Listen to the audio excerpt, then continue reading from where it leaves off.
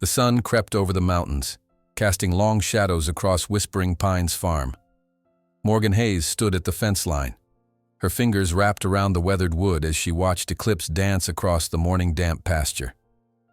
The stallion's coat gleamed like polished obsidian in the golden light, his powerful muscles rippling beneath his skin with each graceful stride. She had spent the last 5 years of her life dedicated to this horse, nurturing his potential from a gangly colt to the magnificent creature before her. Today was the day she would lose him forever. He's something else, isn't he? The voice behind her belonged to her father, Thomas Hayes, once the most respected horse breeder in 3 counties.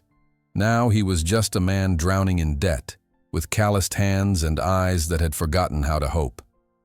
"He's everything," Morgan whispered, not turning around. She couldn't bear to see the mixture of guilt and resignation on her father's face. "Dad, are you absolutely sure there's no other way?"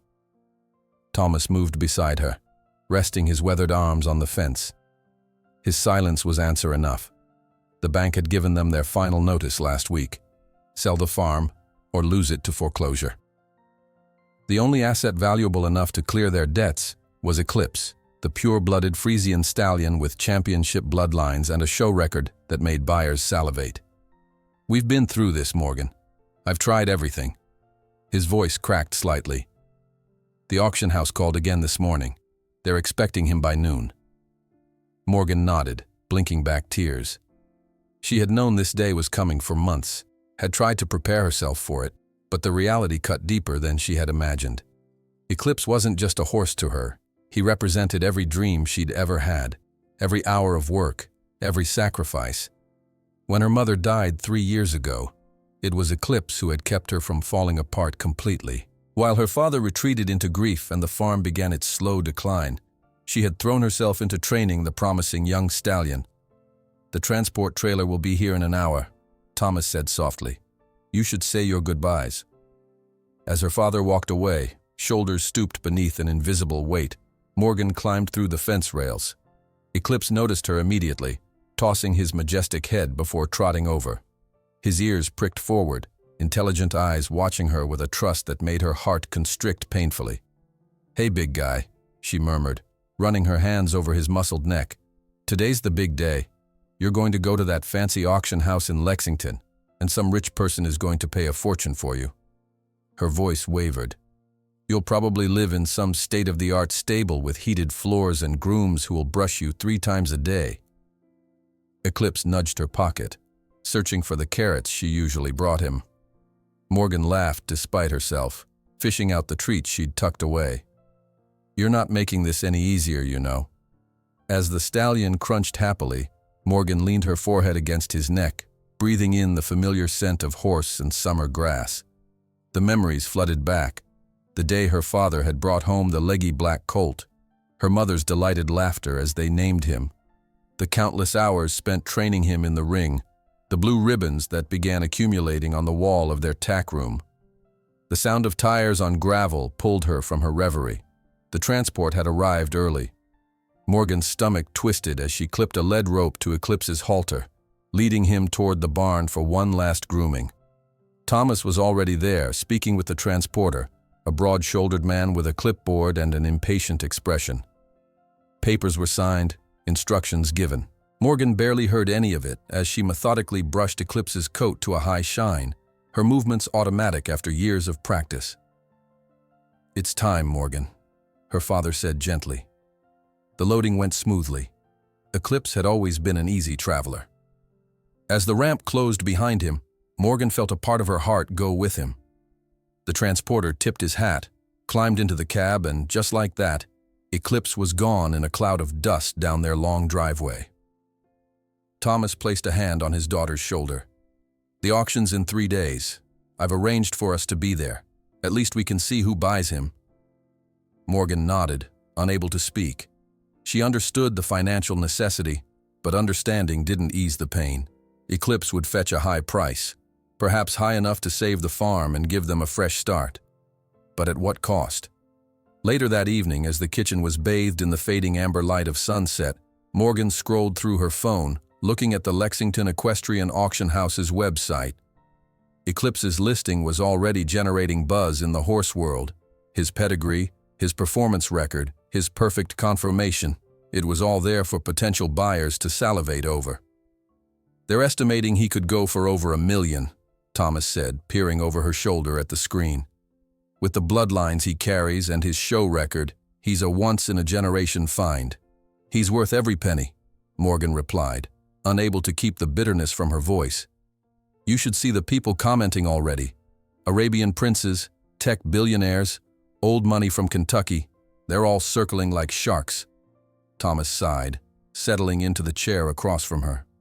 "I know this is hard, but that money will save everything your mother and I built. We can start over, maybe even buy another promising colt someday." Morgan set her phone down, meeting her father's gaze. "It won't be the same." "No," he agreed. "It won't." They sat in silence as darkness fell, the weight of tomorrow hanging between them. 3 days later, Morgan found herself in the plush viewing gallery of the Lexington Equestrian Auction House, surrounded by the elite of the horse world. The air was thick with expensive perfume and privilege.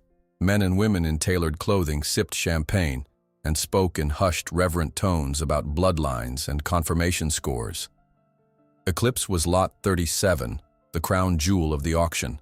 Morgan had been allowed to see him briefly in the holding area, where he stood regally in a spotless stall, already drawing admiring crowds. He had recognized her instantly, nickering softly when she approached, and it had taken all her strength not to break down right there. "You ready for this?" Thomas asked as they found their seats. The auction had been underway for an hour, with prices climbing steadily for quality horses, but none approaching what Eclipse was expected to fetch. Morgan straightened her simple blazer, feeling underdressed among the wealth surrounding them. "As ready as I'll ever be." As the auctioneer announced lot 36, Morgan noticed a stir near the entrance. A hush fell over one section of the gallery as a man entered. Even from a distance, she could tell he wasn't just another wealthy buyer.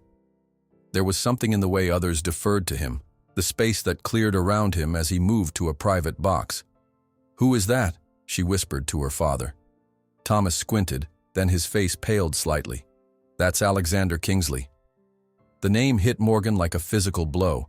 Alexander Kingsley, the reclusive billionaire whose business empire spanned continents. Even in the rarefied air of horse breeding, Kingsley was legendary for his exclusive stable of champions. His presence at an auction was rare. He usually sent representatives, and it could only mean one thing. He had come for Eclipse. Morgan couldn't tear her eyes away from Alexander Kingsley.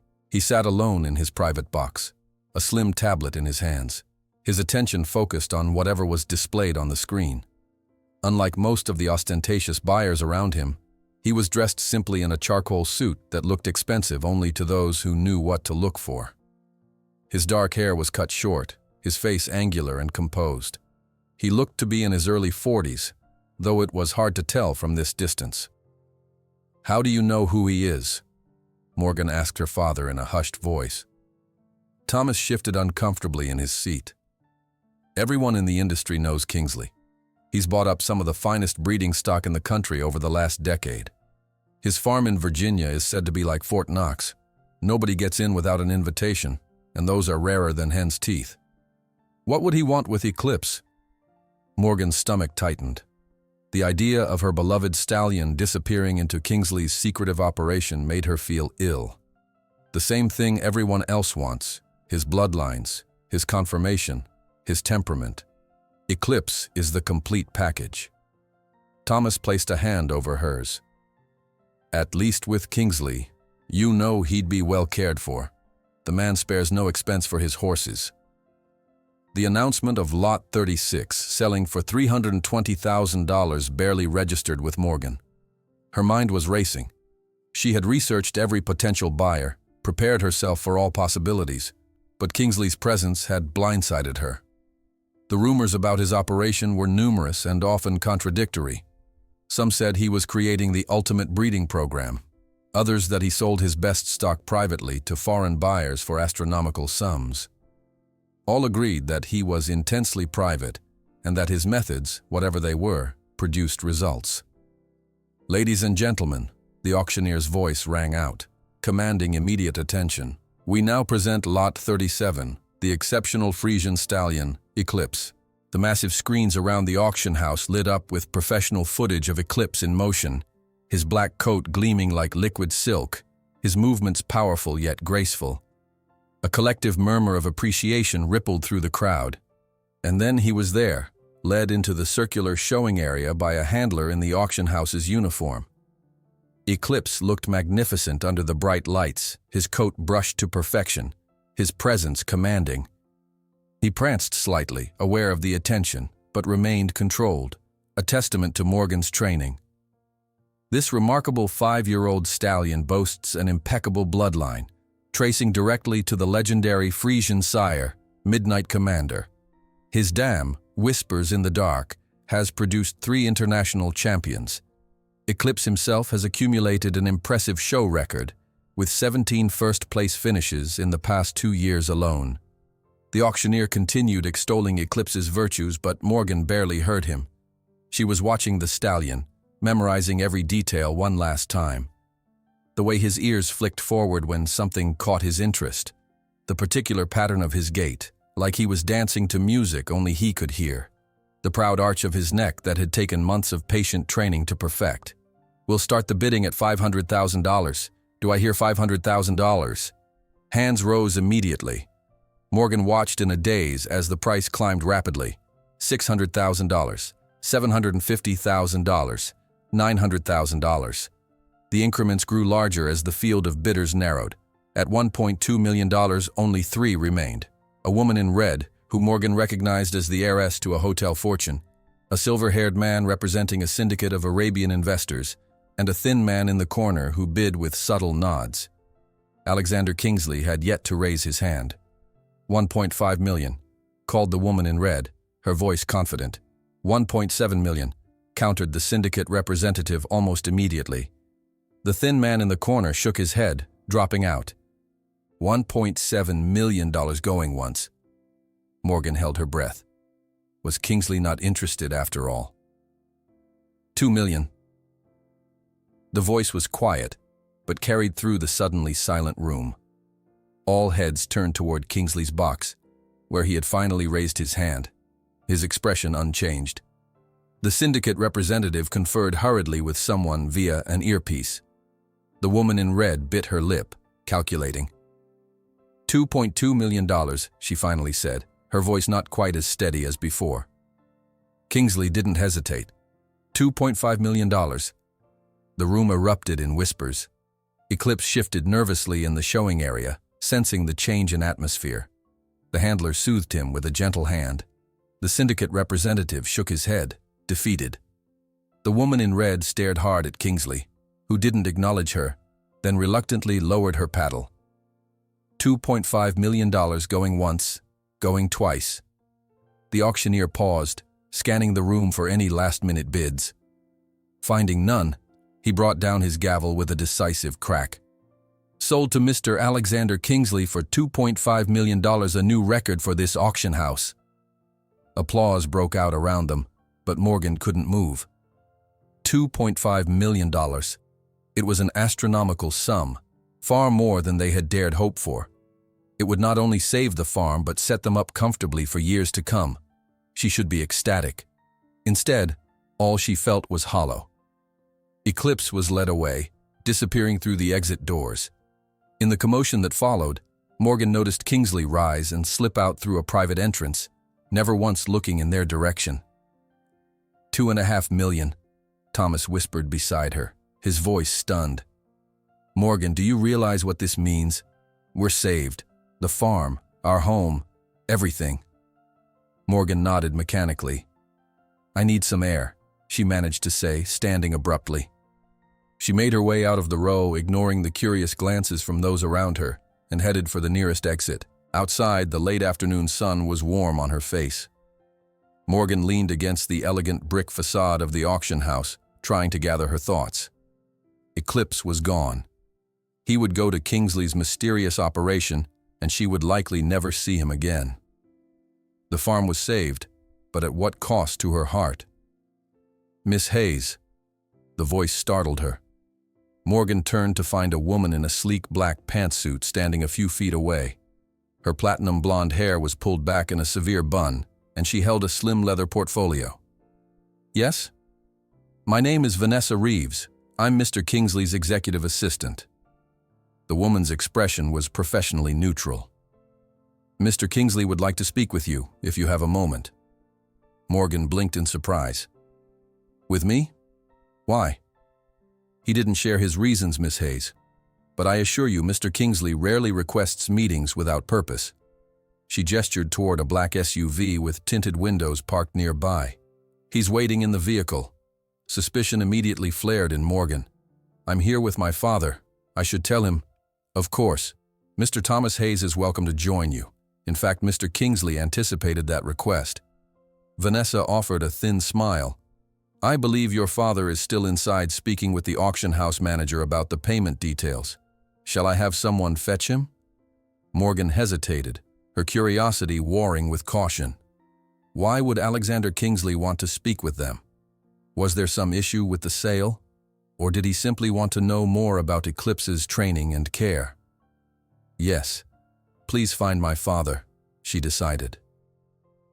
Vanessa nodded and spoke quietly into a discreet earpiece. Within minutes, Thomas appeared, looking confused. "Morgan, what's going on?" he asked, eyeing Vanessa warily. "Mr. Kingsley has requested a brief meeting with both of you," Vanessa explained smoothly, "regarding Eclipse." Thomas's eyebrows shot up. "Did something happen with the sale?" "Not at all. The transaction is proceeding as planned. Mr. Kingsley simply wishes to discuss a few matters related to the Stallion." Vanessa gestured again toward the waiting SUV. "It won't take long." Thomas exchanged a look with Morgan, who gave a small nod. Together they followed Vanessa to the vehicle.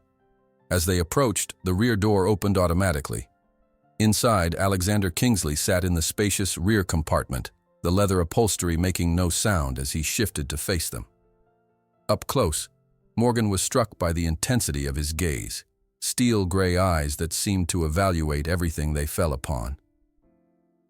"Mr. Hayes, Miss Hayes, thank you for joining me." His voice was the same quiet, authoritative tone he had used during the auction. "Please, sit." As they settled into the seats opposite him, Morgan couldn't help but notice how the interior of the vehicle seemed designed for conducting business. Small fold-down tables, discreet lighting, even a small refrigerator built into one side. "I'll be direct," Kingsley said, studying them both. "I have a proposition regarding Eclipse that I believe might interest you." Morgan tensed. What more could he want? He had already bought her horse for a record-breaking sum. "I'm listening," Thomas said cautiously. Kingsley's gaze shifted to Morgan. "I understand you're the one who trained Eclipse from a colt. The auction house spoke very highly of your methods." Morgan nodded, surprised. "Yes, I've worked with him since he was 18 months old." "Then you, more than anyone, understand his value goes beyond his pedigree." Kingsley leaned forward slightly. "What would you say if I told you I want you to continue working with him?" Morgan stared at Kingsley, certain she had misheard him. "You want me to continue working with Eclipse?" "Precisely." Kingsley's expression remained unreadable. "I've reviewed your training methods and Eclipse's performance record extensively. The bond between you is evident, and I've found that maintaining successful training relationships yields better results than disrupting them." Thomas leaned forward, his brow furrowed. "Are you offering my daughter a job, Mr. Kingsley?" "In a manner of speaking." Kingsley reached for a slim folder beside him and opened it. "I'm proposing a specialized position. Morgan would work exclusively with Eclipse at my Virginia facility, overseeing his continued training and eventual breeding program. The position includes comprehensive benefits, housing on the property, and a salary that I believe you'll find more than competitive." He slid a document across to them. Morgan glanced at the figure and nearly gasped. It was more than triple what top trainers at prestigious stables typically earned. "This is very generous," Thomas said, his voice carefully neutral despite the surprise evident in his eyes. "I invest in excellence, Mr. Hayes. Kingsley's gaze shifted back to Morgan. However, I should be clear about my expectations. My breeding operation maintains the highest standards of discretion. All employees sign extensive confidentiality agreements. The work schedule is demanding, and the privacy protocols are non-negotiable. Morgan's mind raced. Working with Eclipse daily, continuing their partnership, it was more than she had dared hope for. But Kingsley's secrecy was legendary, and the prospect of disappearing into his closely guarded operation gave her pause. "Why me?" she asked finally. "You could hire any top trainer in the world." A hint of something, perhaps approval, flickered across Kingsley's face. "A fair question. The simplest answer is efficiency. Eclipse responds exceptionally to your methods. Introducing a new trainer would set his development back months, if not longer. Beyond that, your particular approach to dressage training aligns with my program's philosophy." Morgan frowned slightly. "What exactly is your program's philosophy, Mr. Kingsley? There are a lot of rumors about your operation." Thomas shot her a warning glance, but Kingsley seemed unbothered by her directness. "I imagine there are." The corner of his mouth lifted slightly. "My breeding program focuses on developing horses with specific capabilities beyond the show ring. More than that, I'm not at liberty to share unless you accept the position and sign the necessary agreements." The vague answer only intensified Morgan's curiosity and wariness. "I would need to know what I'm getting Eclipse into before I could consider this." Kingsley studied her for a moment. "Your loyalty to the animal is commendable, Miss Hayes. I can assure you that all horses in my program are treated with the utmost care and respect. Their well-being is paramount." "But you won't tell me what they're being trained for," Morgan pressed. "Not at this stage, no." Kingsley's tone remained even. "What I can tell you is that Eclipse will not be subjected to anything harmful or unethical. Quite the opposite. He will be developed to his fullest potential." Thomas cleared his throat. "Mr. Kingsley, while we appreciate your offer, this is quite sudden. Perhaps my daughter could have some time to consider." "Of course." Kingsley nodded. "However, Eclipse will be transported to my facility tomorrow morning. If Morgan wishes to continue working with him without interruption, I would need her decision by then." "Tomorrow?" Morgan couldn't hide her dismay. "That's hardly any time at all." "I understand it's a quick timeline," Kingsley acknowledged. "But the nature of my operation doesn't allow for extended deliberation periods. Security protocols require thorough background checks and onboarding procedures before anyone can access the facility." Morgan felt trapped. The thought of losing Eclipse again, this time knowing she had passed up a chance to stay with him, was unbearable. Yet committing to work for a man whose operation was shrouded in such secrecy felt reckless. "If it helps," Kingsley added, watching her internal struggle, "the position includes a 3-month probationary period. If at any point during that time you find the arrangement unsuitable, you're free to leave with no penalty beyond the standard confidentiality requirements regarding what you've seen." Thomas looked at Morgan, his expression conflicted. She knew he was torn between wanting to protect her and recognizing this might be her only chance to stay with Eclipse. "Could I ask one more question?" Morgan said finally. Kingsley inclined his head slightly in permission. "Why pay so much for Eclipse? $2.5 million is unprecedented for a stallion with his specific pedigree, impressive as it is. There were other horses at the auction with equally distinguished bloodlines that went for far less." Something shifted in Kingsley's eyes, a flash of interest, perhaps even respect. "You're quite right, Miss Hayes. Eclipse's market value, objectively speaking, would typically fall around $1.2 million. He paused, as if considering how much to reveal. "Let's just say that certain genetic markers in his bloodline make him particularly valuable to my program, markers that the average buyer wouldn't recognize or prioritize." Before Morgan could press further, Vanessa, who had been standing silently by the door, cleared her throat discreetly. "Mr. Kingsley, your conference call is scheduled in 15 minutes. Kingsley nodded and turned back to the Hayes. "I apologize for cutting this short. The documents include my contact information and details of the offer. If you decide to accept, call that number by 8 a.m. tomorrow." He extended his hand first to Thomas, then to Morgan. "I hope to hear from you." The dismissal was polite but clear.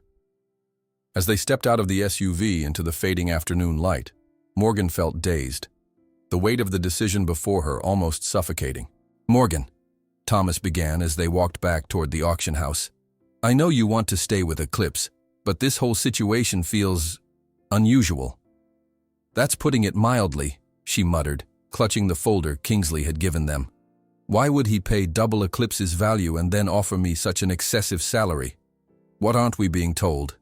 Thomas sighed, running a hand through his graying hair. "I've heard things about Kingsley's operation over the years. Nothing concrete, just whispers.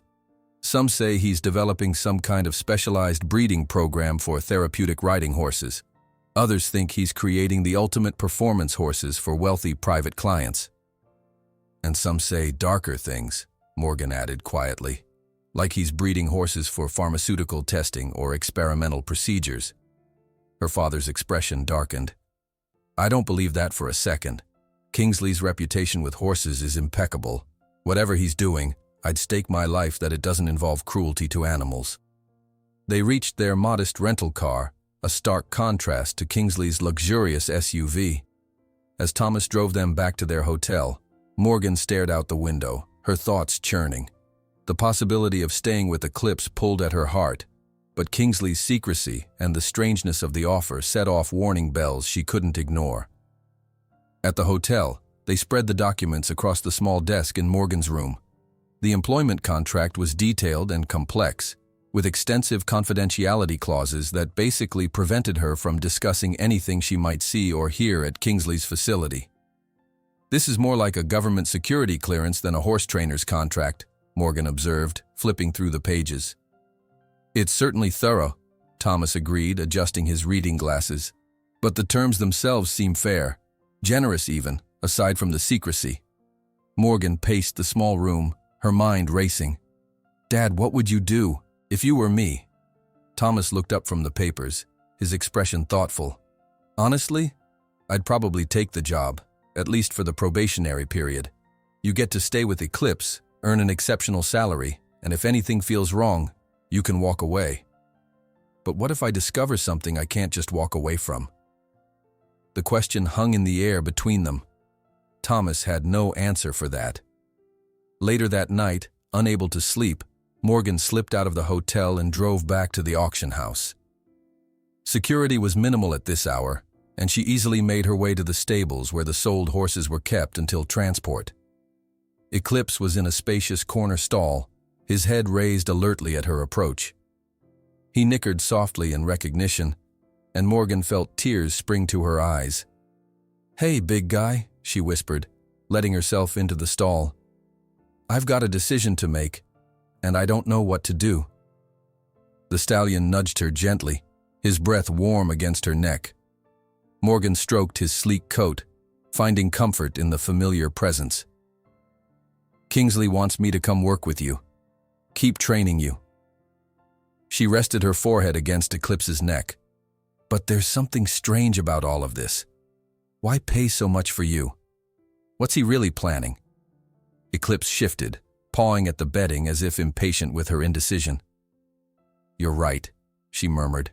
"Maybe I'm overthinking this. Maybe it's exactly what he says. He values our connection and wants the best for you." But as she left the auction house and drove back to the hotel through the quiet Kentucky night, Morgan couldn't shake the feeling that she was missing something important. Alexander Kingsley hadn't built his empire by being straightforward or transparent. There had to be more to his interest in Eclipse, and in her, than he was revealing. By the time dawn broke, Morgan had made her decision. Whatever Kingsley's true intentions, she couldn't bear to be separated from Eclipse again. She would take the position, at least for the 3-month probationary period. If she discovered anything concerning, she would find a way to deal with it then. "I'm going to accept," she told her father over breakfast in the hotel's small dining area. Thomas studied her face, then nodded slowly. "I thought you might. Just promise me you'll be careful, Morgan. And call me. Often. I will. She squeezed his hand. And hey, with this salary, I can help you get the farm back on track even faster. Her father smiled, but it didn't quite reach his eyes. The money's already taken care of thanks to the sale. I'm more concerned about you disappearing into Kingsley's fortress. It's only 3 months to start, Morgan reminded him, trying to sound more confident than she felt. If anything seems off, I'm out of there. At precisely 8 a.m., Morgan called the number Kingsley had provided. Vanessa answered on the first ring. "Miss Hayes," she said, as if she had been expecting the call. "Do you have an answer for Mr. Kingsley?" 3 days later, Morgan found herself passing through the imposing wrought iron gates of Kingsley Equestrian Center. The private road wound through nearly 2 miles of meticulously maintained grounds before the main facility came into view. Unlike the traditional white-fenced Kentucky horse farms, Kingsley's Virginia estate had a more modern aesthetic. Sleek buildings with clean lines, constructed of stone, glass, and steel. Morgan had said a tearful goodbye to her father that morning. Thomas had insisted on driving her to the small private airfield where Kingsley's helicopter was waiting, and watched with worried eyes as she boarded. Now, sitting in another black SUV being driven by a silent security officer from the helipad to the main facility, Morgan tried to quell the anxiety rising in her chest. Eclipse had been transported the day before. Her first priority was making sure he had settled in properly. After that, she would begin to unravel the mysteries of Kingsley's operation. The vehicle pulled up to a striking building with a curved glass facade that reflected the surrounding trees. As Morgan stepped out, Vanessa appeared at the entrance, tablet in hand. "Welcome to Kingsley Equestrian Center, Miss Hayes. I trust your flight was comfortable." "It was, thank you," Morgan replied, taking in her surroundings. The grounds were immaculate, with not a single blade of grass out of place. Security cameras were discreetly positioned at strategic points, and she noticed at least 2 guards patrolling the perimeter. It felt more like a high-tech research facility than a horse farm. "Mr. Kingsley is currently off-site at a business meeting but asked me to ensure you're properly settled," Vanessa explained, leading Morgan inside. "We'll start with a brief orientation, then I'll show you to your quarters. After you've had time to refresh yourself, our head trainer, Dr. Lawrence, will give you a tour of the equestrian facilities and introduce you to the team." The interior of the building was as impressive as the exterior. Soaring ceilings, minimalist furnishings, and what appeared to be original artwork on the walls. Vanessa led her to a sleek conference room where a stack of documents awaited. "Just a few final forms to sign before we proceed," Vanessa said, sliding the papers toward Morgan. "Standard non-disclosure agreements, security protocols, emergency procedures." Morgan scanned the documents carefully, her suspicions still very much alive despite her decision to accept the position. The paperwork was extensive but contained no obvious red flags beyond the extreme confidentiality requirements she'd already agreed to. She signed where indicated, each signature feeling like another step into unknown territory. "Excellent," Vanessa said, gathering the papers. "Now, let me show you where you'll be staying." They exited the administrative building and walked along a stone path to a cluster of elegant cabins nestled among mature oak trees. Morgan's assigned quarters turned out to be a spacious 1-bedroom cottage with vaulted ceilings, a fully equipped kitchen, and furnishings that managed to be both comfortable and stylish. "This is much nicer than I expected," Morgan admitted, setting down her bags. "Mr. Kingsley believes in providing his key personnel with appropriate accommodations," Vanessa replied. "The pantry and refrigerator have been stocked with basics. If you have specific dietary preferences, you can update your profile on the staff portal." She pointed to a sleek tablet mounted on the wall. "That's your control center. It manages everything from temperature to security to communications. You'll find a detailed user guide on the coffee table." Morgan nodded, feeling slightly overwhelmed by the technology and luxury surrounding her. "I'll leave you to settle in," Vanessa continued. "Dr. Lawrence will meet you at the main stable complex at 3 o'clock. The map on your tablet will guide you there." With a professional smile, she departed, leaving Morgan alone in her new home. After unpacking her modest belongings, which looked almost out of place in the high-end surroundings, Morgan decided to use the remaining time to explore the immediate area around her cabin. The grounds were peaceful, with thoughtfully designed landscaping that provided both beauty and privacy. She encountered a few other staff members who nodded politely but didn't engage in conversation. Promptly at 3, Morgan arrived at the main stable complex, an impressive structure that blended traditional design elements with modern architecture. A tall, slender man with salt and pepper hair and wire-rimmed glasses was waiting at the entrance. "Miss Hayes, welcome. I'm Dr. James Lawrence, Director of Equine Development." His handshake was firm, his British accent crisp.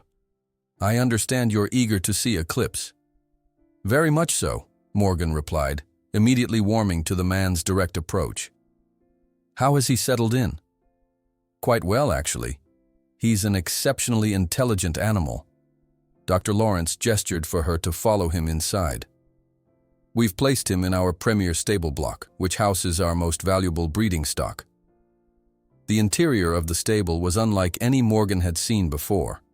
The traditional wooden stalls had been replaced with spacious enclosures featuring climate control, specialized flooring, and what appeared to be monitoring equipment discreetly integrated into the design. "This is impressive," Morgan said, looking around in amazement. "It's more advanced than most hospitals." Dr. Lawrence smiled. "Mr. Kingsley believes in leveraging technology to optimize equine health and performance. Each stall is equipped with environmental controls calibrated to the individual horse's preferences, continuous health monitoring, and automated feeding systems programmed for their specific nutritional needs." As they walked down the center aisle, Morgan peered into the stalls, noting the exceptional quality of each horse. Most appeared to be breeding stock, mares and stallions of various breeds, all with the unmistakable look of champions. "Here we are," Dr. Lawrence announced, stopping at a large corner stall. "Your boy has the premium accommodations, as befitting his status." Eclipse stood majestically in the center of the stall, his coat gleaming under the perfect lighting. When he spotted Morgan, his ears pricked forward, and he moved eagerly to the gate. "Hey, handsome," Morgan said softly, reaching out to stroke his nose. Relief flooded through her as she confirmed he was in good health and spirits. "Have they been treating you well?" "We've maintained his exact feeding and exercise schedule based on the information you provided," Dr. Lawrence explained. "Though I must say, his dietary plan is less sophisticated than what we typically implement. With your permission, our nutritionists would like to make some adjustments to optimize his performance." Morgan tensed slightly. "I'd need to review any changes first. Eclipse has a sensitive digestive system." "Of course," Dr. Lawrence agreed smoothly. "All modifications would require your approval.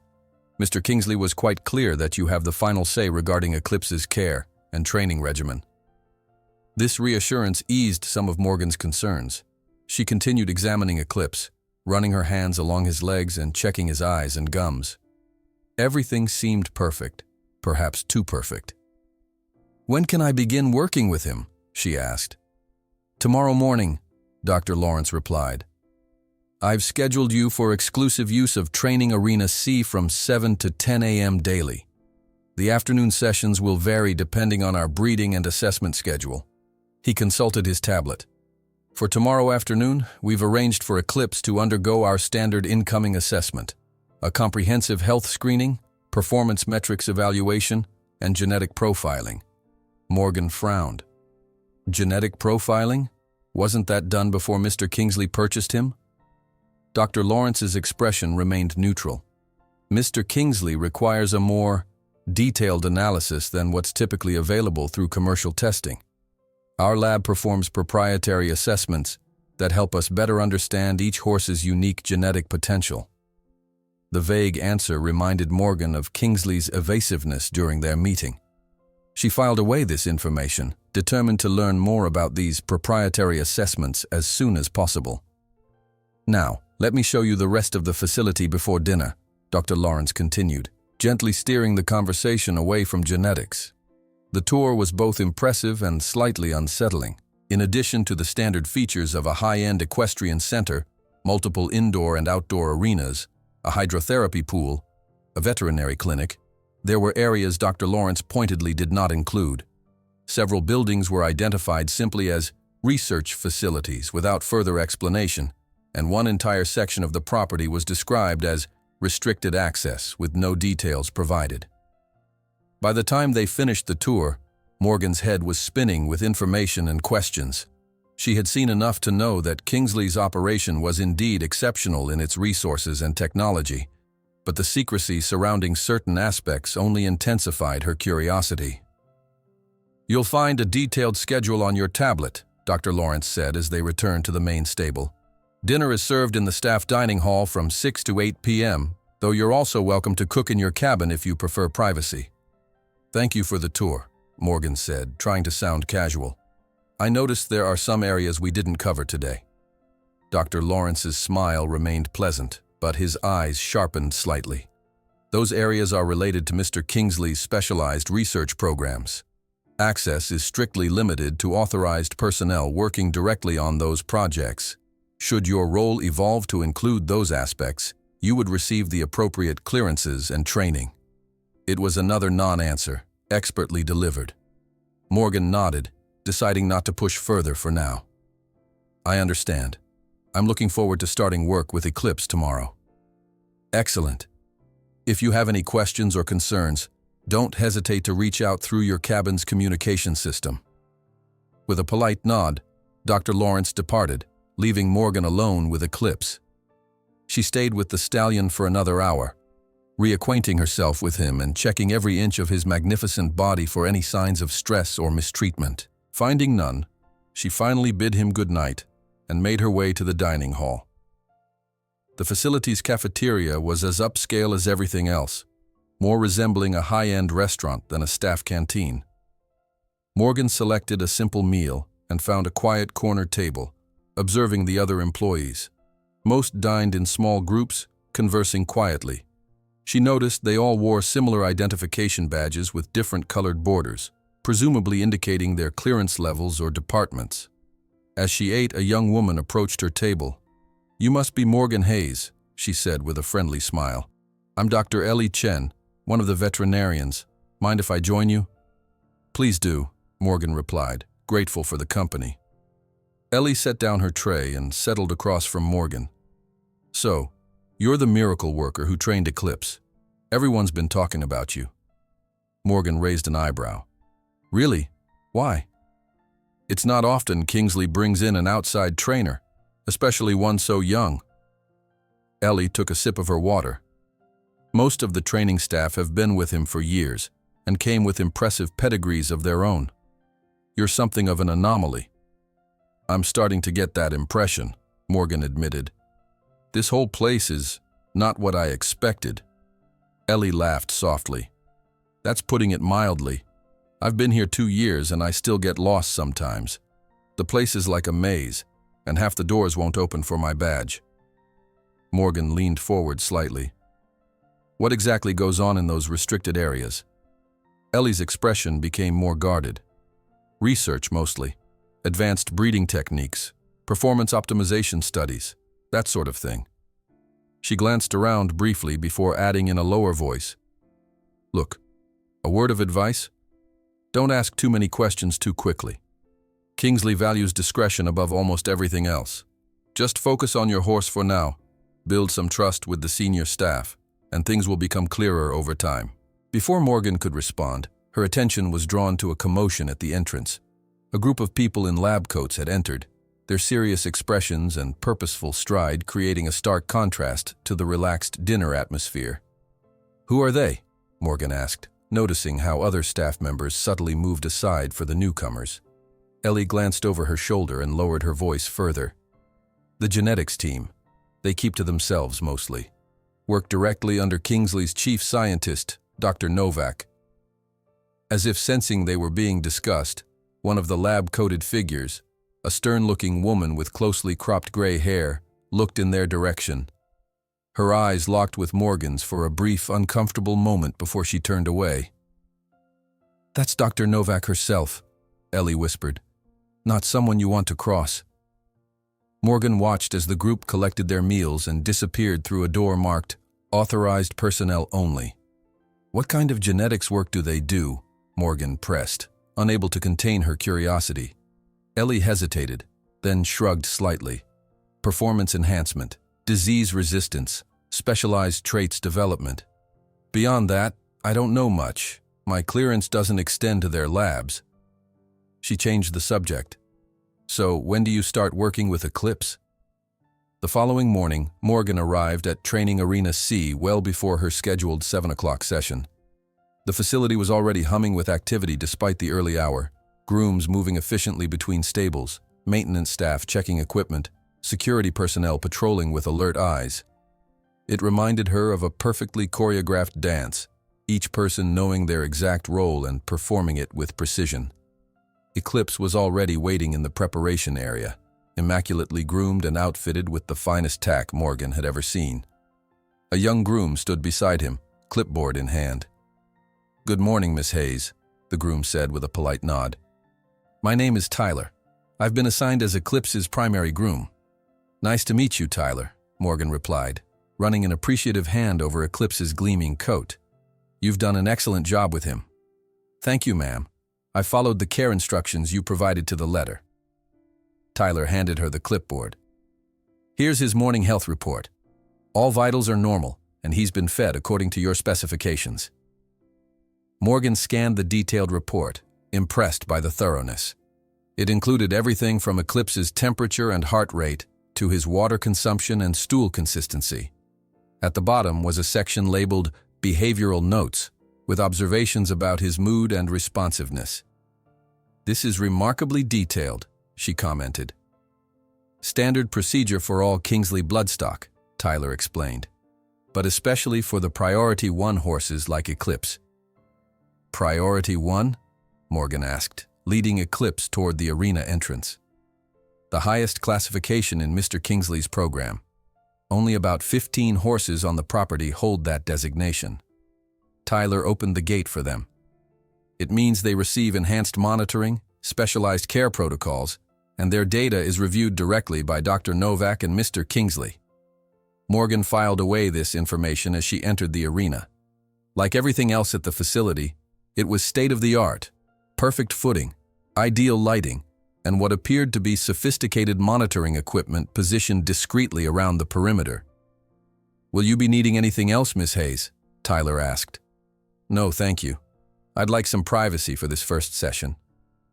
Tyler nodded and retreated, leaving Morgan alone with Eclipse. The Stallion shifted eagerly beneath her, clearly ready to work. For the first time since arriving at Kingsley's facility, Morgan felt herself truly relax. This, at least, was familiar territory. She began with simple warm-up exercises, re-establishing their connection and assessing Eclipse's condition. He responded perfectly to her cues, transitioning smoothly between gaits and maintaining impeccable form. Whatever else might be happening at this mysterious facility, Eclipse had clearly been well cared for. As they worked through increasingly complex dressage movements, Morgan became aware of a subtle change in the atmosphere.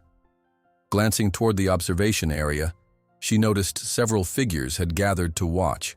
Dr. Lawrence, a couple of technicians in white coats, and to her surprise, Dr. Novak herself, her stern expression focused intently on Eclipse's movements. Morgan continued the session, guiding Eclipse through a series of collected trots and extended canters that showcased his exceptional balance and power. She could feel the Stallion showing off a bit, aware of the audience, his movements becoming even more precise and expressive. When she finally brought the session to a close, Eclipse was barely breathing hard, his conditioning clearly at peak level. As Morgan dismounted and loosened his girth, Dr. Lawrence approached, applause. "Magnificent," he said, genuine admiration in his voice. "I've reviewed videos of his previous performances, of course, but seeing him work in person is something else entirely. Your connection with him is remarkable." "Thank you," Morgan replied, patting Eclipse's neck affectionately. "He's always been special." Dr. Novak had moved closer as well, though she maintained a certain distance. Her cold blue eyes studied Eclipse with clinical precision, then shifted to Morgan. "The genetic markers appear to express as predicted," she said to Dr. Lawrence, her accent faintly Eastern European. Schedule the additional tests for this afternoon.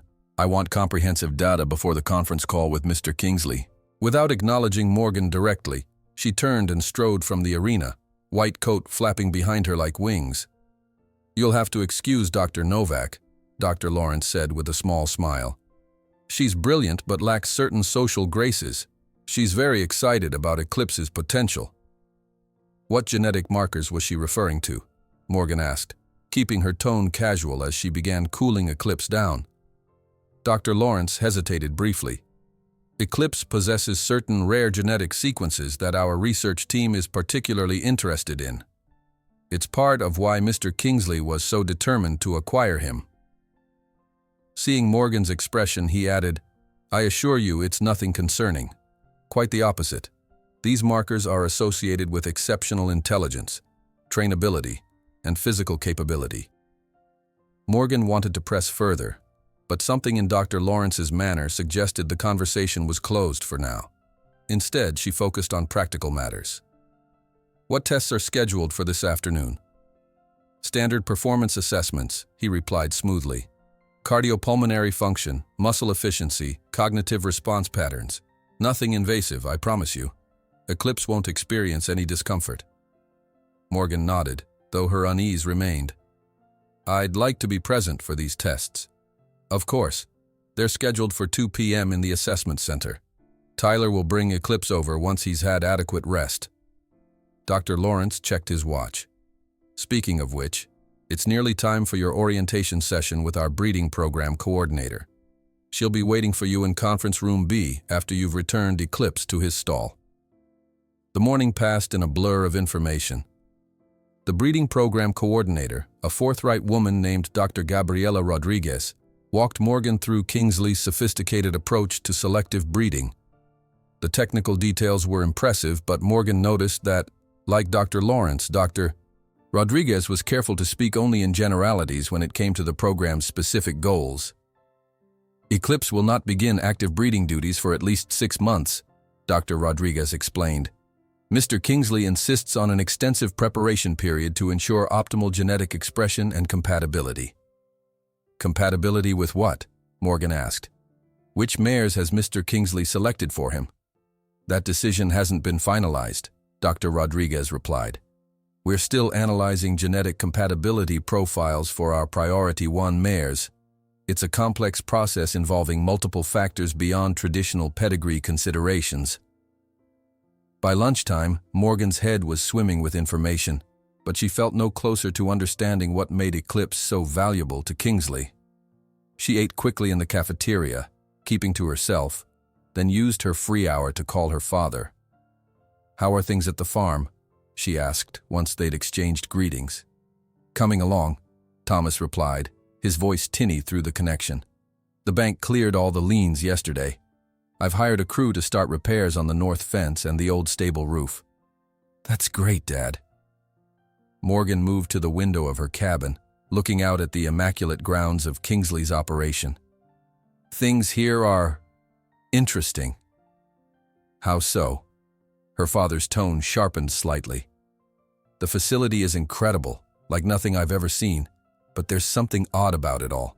Everyone's very secretive, especially about the research they're doing. They keep talking about Eclipse's genetic markers and running tests, but no one will give me a straight answer about what they're actually looking for." Thomas was silent for a moment. "Are they treating him well?" "Like royalty," Morgan admitted. "His stall is nicer than most hotels I've stayed in, and they're following my care instructions to the letter." "And they're treating you okay?" "Yes. Everyone's been polite, if a bit distant. My cabin is beautiful. The food is amazing, and they've given me complete authority over Eclipse's training regimen." She hesitated. "But Dad, I can't shake the feeling that there's something they're not telling me. Something big." "Trust your instincts, Morgan," Thomas said quietly. "But also remember that every big operation has its secrets. Kingsley didn't build his empire by being an open book." After promising to call again soon, Morgan ended the conversation and headed to the assessment center for Eclipse's testing session. The building was separate from the main stable complex, its sleek architecture housing what appeared to be advanced medical and research equipment. Eclipse was already there when she arrived, standing calmly in a spacious examination area while technicians attached various sensors to his body.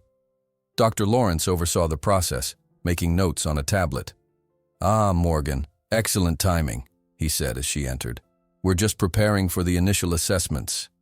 As you can see, it's all non-invasive monitoring." Morgan approached Eclipse, checking the sensor placements carefully. The stallion seemed relaxed, unbothered by the equipment. She stroked his nose reassuringly anyway.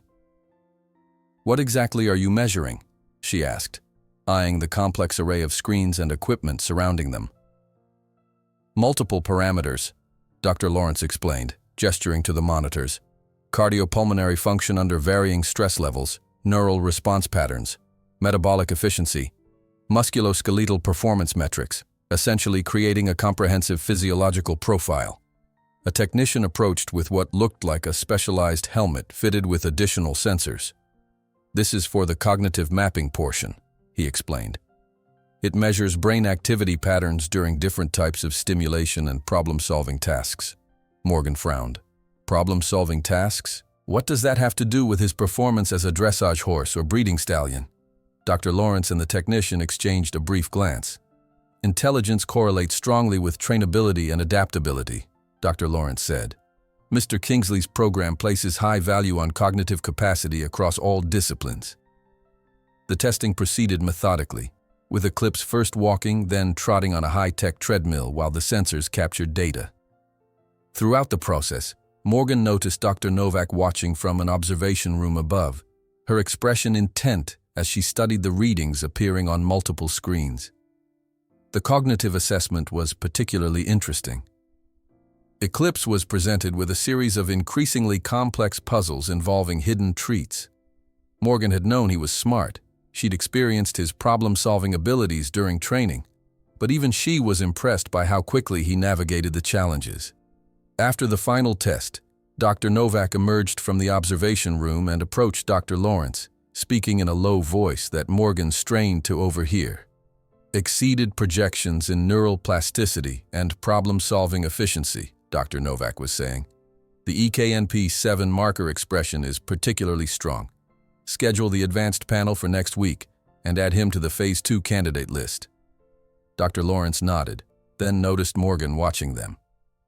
With a subtle gesture to Dr. Novak, he shifted the conversation to more general topics until the scientist departed. "What's EKNP7?" Morgan asked directly once they were alone. Dr. Lawrence's expression remained neutral, but Morgan detected a slight tension in his posture. "It's simply one of our internal classification codes for genetic markers we track. Nothing to concern yourself with." "And Phase 2? She pressed. "Just research terminology, Miss Hayes." His tone was polite but firm. "I understand your curiosity, but some aspects of Mr. Kingsley's breeding program remain proprietary. I assure you, Eclipse is being treated with the utmost care and respect." Morgan wanted to argue, but knew it would likely be counterproductive. Instead, she changed tactics.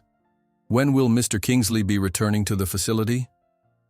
"I'd like to discuss Eclipse's training schedule with him directly." "He's expected back tomorrow evening," Dr. Lawrence replied, visibly relieved at the change of subject. "I believe he's already arranged to meet with you on Thursday morning. In the meantime, is there anything specific you need for your training sessions?" Morgan shook her head, already planning how to approach Kingsley with her questions. If anyone could give her straight answers, it would be him. As Eclipse was led back to his stall, Morgan decided to explore more of the facility on her own. Her security badge granted her access to the main equestrian areas, though she quickly discovered that many doors remained firmly locked to her. Still, she managed to get a better sense of the operation's scale and organization. In one of the smaller arenas, she paused to watch a training session with a chestnut mare.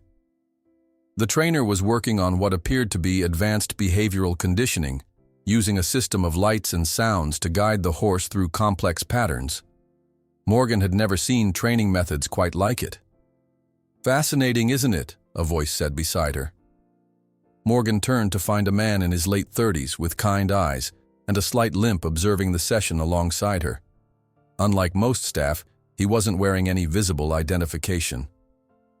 "It's different," Morgan acknowledged. "I'm Morgan Hayes, Eclipse's trainer." "I know who you are," the man said with a small smile. "Everyone does. I'm David Chen, research ethicist. I make sure Kingsley's operation stays on the right side of moral lines." Morgan's interest sharpened immediately. Ethics oversight. That's not a position you find on most horse farms.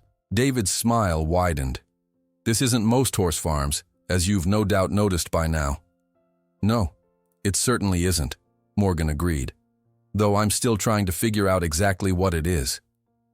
David studied her for a moment, as if making a decision. "Walk with me?" he suggested, gesturing toward the exit.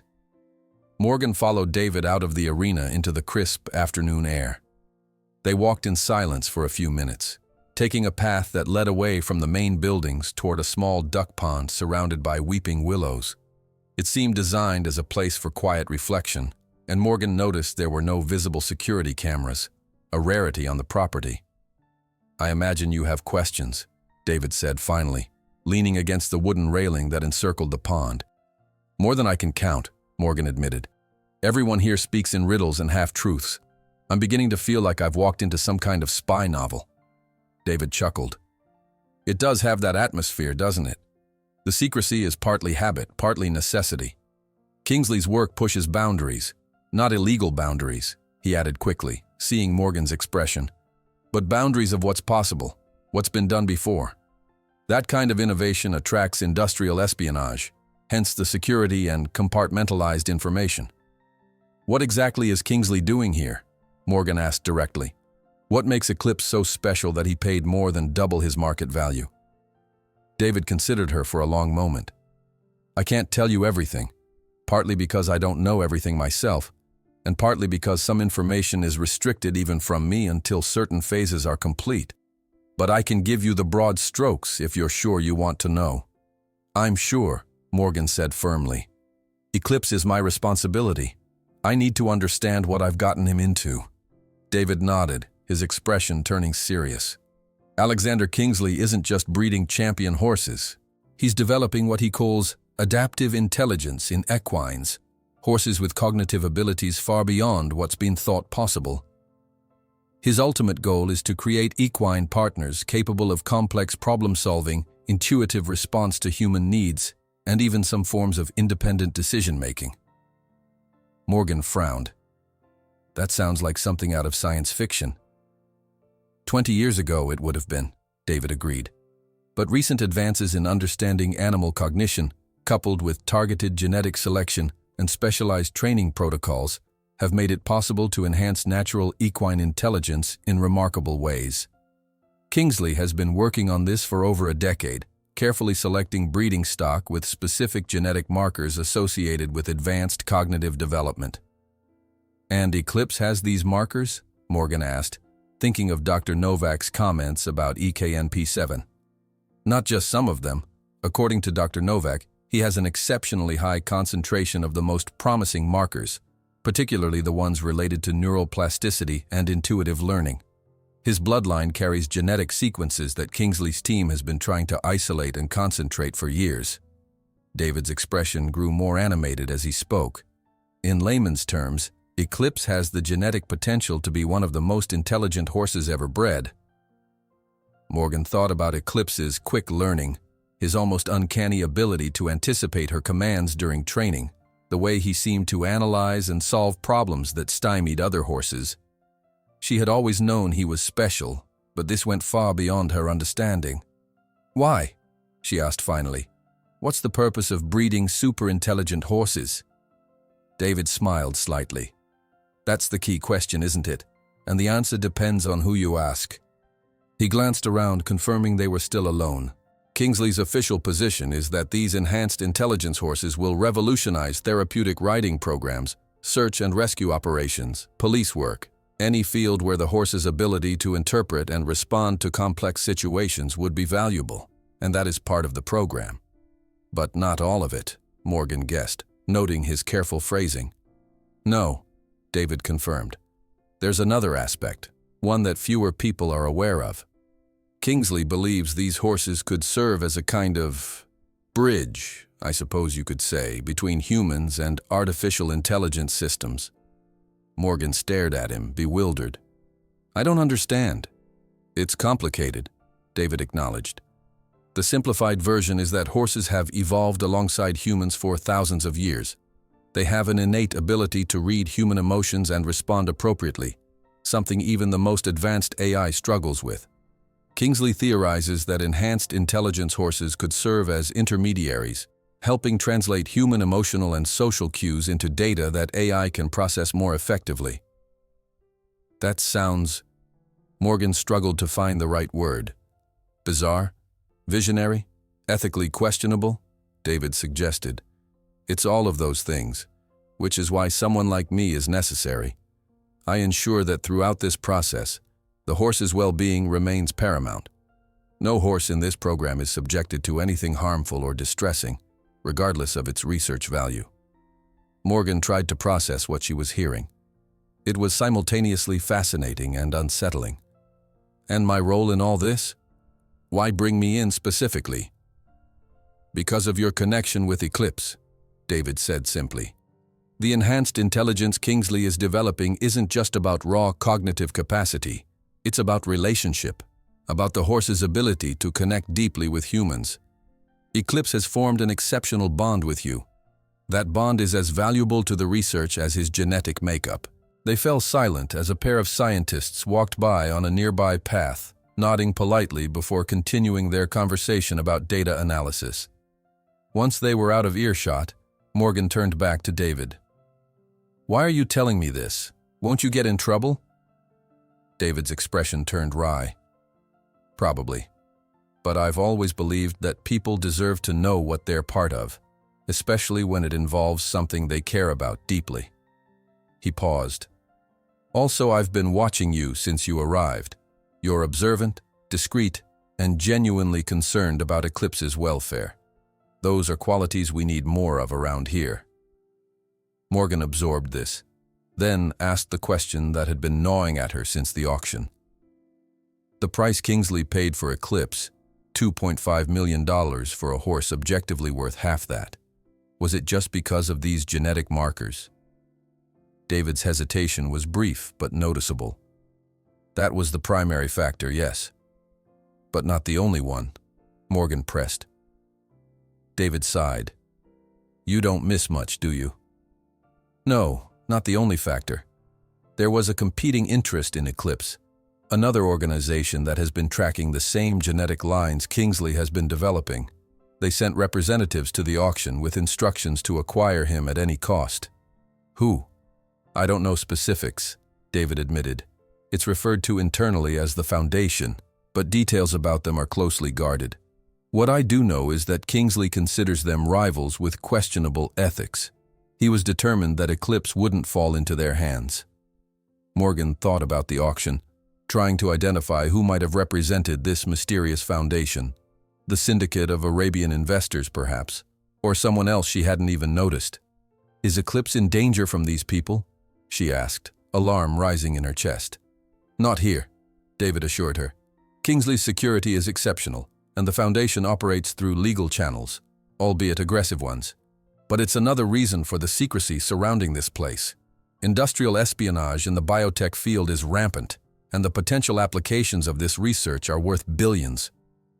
Morgan fell silent, processing everything she'd learned. It was overwhelming, far beyond anything she had imagined when she accepted Kingsley's offer. Her simple love for a special horse had somehow led her into the middle of cutting-edge research, corporate rivalry, and ethical frontiers she had never considered. I should get back, David said, checking his watch. I have a review meeting with Dr. Novak's team in 20 minutes. Just remember, Morgan, whatever else is happening here, the horse's well-being is protected. I've made sure of that. Thank you for telling me the truth, Morgan said. Or at least more of it than anyone else has. David nodded. Be careful who you share your knowledge with. Not everyone here would appreciate my candor. With a final smile, he limped away toward the main research building.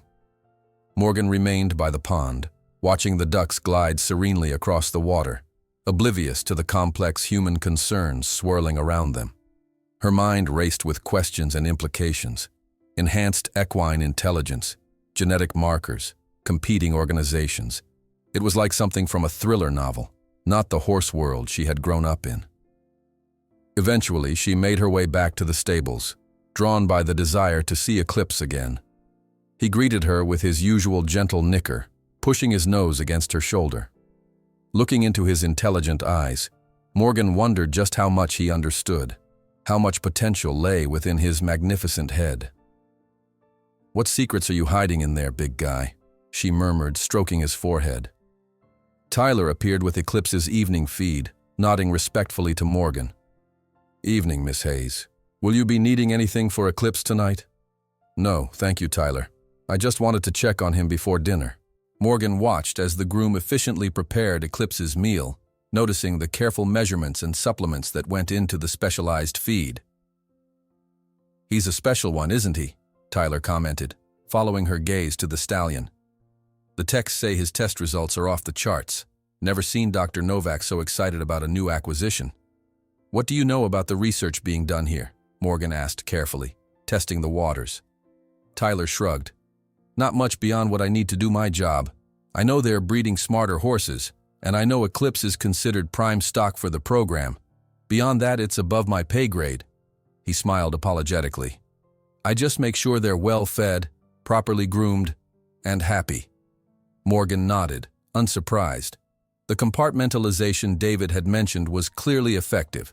Most staff knew only what they needed to for their specific roles. After dinner, alone in her cabin, Morgan called her father again to share some of what she had learned, being careful to speak in general terms that wouldn't violate her confidentiality agreement. "It sounds like you've landed in the middle of something much bigger than horse training," Thomas said when she finished. "That's putting it mildly," Morgan agreed. "I'm still trying to decide how I feel about it all. The research itself seems fascinating, and David assured me the horses are well treated, but there's so much secrecy, so many agendas I'm not privy to." "Do you want to come home?" her father asked directly. "If you're uncomfortable, you can walk away. We'll figure something out." Morgan considered the question seriously. Did she want to leave? The revelation of Kingsley's true purposes was jarring, certainly, yet she couldn't deny a growing fascination with the possibilities. And then there was Eclipse. Separating from him again would be painful, especially now that she understood why he was so valuable to Kingsley. "No," she said finally. "I want to stay, at least for now. I need to understand more about what's happening here, and I need to make sure Eclipse is okay." "Just be careful, Morgan," Thomas cautioned. "You're dealing with powerful people and high stakes. Don't put yourself at risk." After ending the call, Morgan stepped outside onto her cabin's small porch. The night was clear, stars sprinkled across the dark sky above Kingsley's carefully manicured grounds. Security lights illuminated the paths between buildings, and in the distance, she could see guards making their rounds. The peacefulness of the scene contrasted sharply with the turmoil in her mind. She had come here simply wanting to stay with a horse she loved, and instead found herself immersed in a world of genetic research, corporate espionage, and competing interests she barely understood. Tomorrow she would meet with Alexander Kingsley himself. She would have to decide how much to reveal about her conversation with David, how hard to push for more information, and ultimately, whether she could reconcile herself to being part of Kingsley's vision, whatever it truly entailed. As she turned to go back inside, Morgan noticed a figure standing in the shadows near the tree line, watching her cabin. For a moment she froze, heart racing. Then the figure stepped into a patch of light, revealing Dr. Novak's severe features. The scientist held Morgan's gaze for a long, uncomfortable moment before turning and walking purposefully toward the research buildings. Morgan shivered, though the night wasn't particularly cold. Had Dr. Novak been watching her? Listening to her conversation with her father? Or was it just coincidence that the scientist happened to be passing by? Either way, the encounter left Morgan with a renewed sense of caution.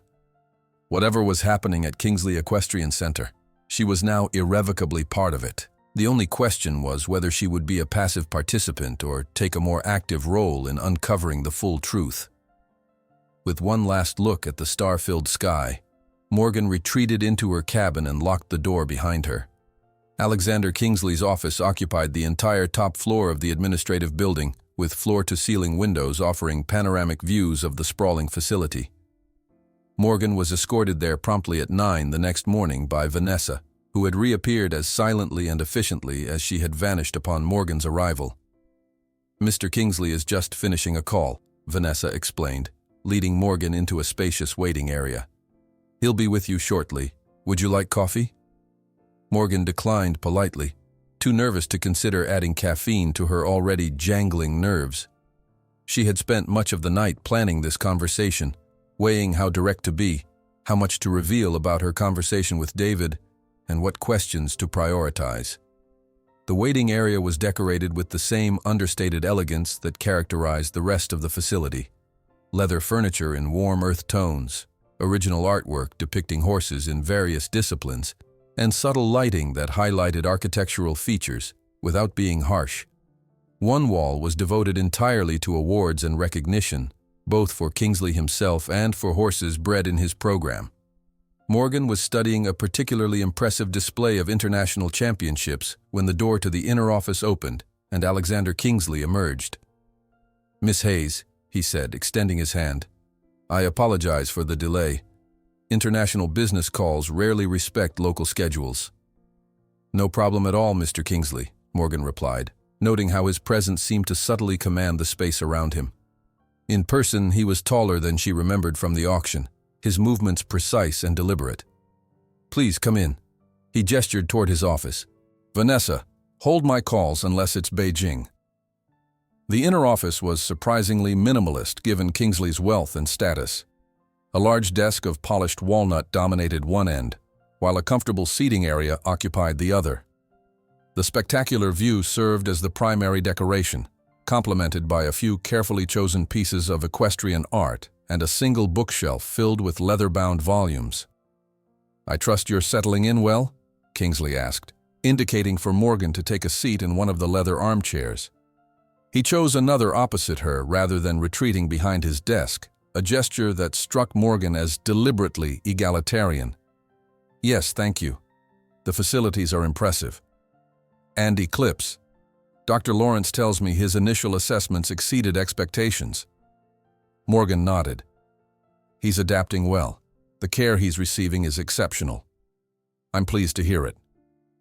Kingsley studied her with those penetrating gray eyes. "But I suspect you have questions beyond Eclipse's immediate comfort." The directness caught Morgan off guard, though she quickly recovered. "I do, actually. I've noticed certain patterns since arriving. References to genetic markers, advanced testing, restricted research areas. It's clear there's more happening here than conventional breeding and training." Kingsley's expression remained neutral, but Morgan thought she detected a flicker of interest in his eyes. "You're observant. That's a quality I value." He leaned back slightly in his chair. "What else have you noticed?" It was a test, Morgan realized. He wanted to know how much she had pieced together on her own. "Your operation seems focused on enhancing equine intelligence, not just physical traits," she said carefully. "The cognitive testing, the specialized training methods I've observed, the emphasis on problem-solving abilities, they all point to something beyond traditional performance breeding." "And how did you reach this conclusion?" Kingsley asked, his tone curious rather than accusatory. Morgan hesitated, considering whether to mention David Chen. Something told her that honesty would serve her better than evasion with this man. "Partly through observation," she replied, "and partly through a conversation with David Chen, your ethics officer." "Ah, David." A small smile touched Kingsley's lips. "Always following his moral compass, even when it leads him into politically complicated territory. How much did he share with you?" "The broad outline of your program, developing horses with enhanced cognitive abilities that could serve as intermediaries between humans and AI systems. He mentioned genetic markers associated with intelligence and neural plasticity, and that Eclipse has an unusually high concentration of these markers. Kingsley nodded slowly. David gave you an accurate, if simplified, overview. What he likely didn't explain are the implications of this research, the potential it holds for revolutionizing not just equestrian disciplines but human-animal relationships more broadly. He rose and moved to the window, gazing out at the facility below. Humans and horses have co-evolved for thousands of years, Miss Hayes. Our histories are intertwined in ways that go beyond mere utility. We have shaped each other, neurologically, emotionally, even spiritually if you're inclined toward such concepts. Morgan remained silent, sensing he was building to something significant. The conventional wisdom holds that we domesticated horses, Kingsley continued. But more recent research suggests a more nuanced relationship. In some ways, horses domesticated us as well, influencing human development through the capabilities they extended to us and the social structures that evolved around those capabilities. He turned back to face her. What my program seeks to do is take that natural coevolution to its next logical step, not through crude genetic engineering, though we certainly have the technology, but through careful selection, specialized development protocols, and the nurturing of innate potential that already exists within certain equine bloodlines. To what end? Morgan asked. What's the ultimate goal? Kingsley's eyes lit with an intensity that transformed his usually controlled demeanor. To create a new kind of partnership between species. Imagine horses capable of complex problem-solving, intuitive understanding of human needs, and even limited forms of communication beyond what we currently understand as possible. Horses that could work alongside humans in ways we've only dreamed of, in therapy, in disaster response, in environmental conservation. His passion was evident, and Morgan found herself drawn in despite her lingering doubts. And the AI connection David mentioned? An interesting secondary application, Kingsley acknowledged. Horses possess a natural emotional intelligence that even the most advanced artificial systems cannot replicate. They read human emotions, intentions, and needs with remarkable accuracy. If we could harness that ability as an interface between humans and AI, it could address one of the fundamental limitations of artificial intelligence, its inability to truly understand human emotional states. Morgan tried to process the scope of what he was describing. It was simultaneously fascinating and unsettling, visionary, and fraught with potential complications. Why all the secrecy? She asked. If your goals are as beneficial as you describe, why not be more open about them? Kingsley's expression cooled slightly. 2 reasons. First, pioneering research always attracts scrutiny, not all of it constructive or well-informed. Public misunderstanding could generate resistance that might stall our progress for years. He returned to his seat, his manner growing more serious. The second reason is more concerning.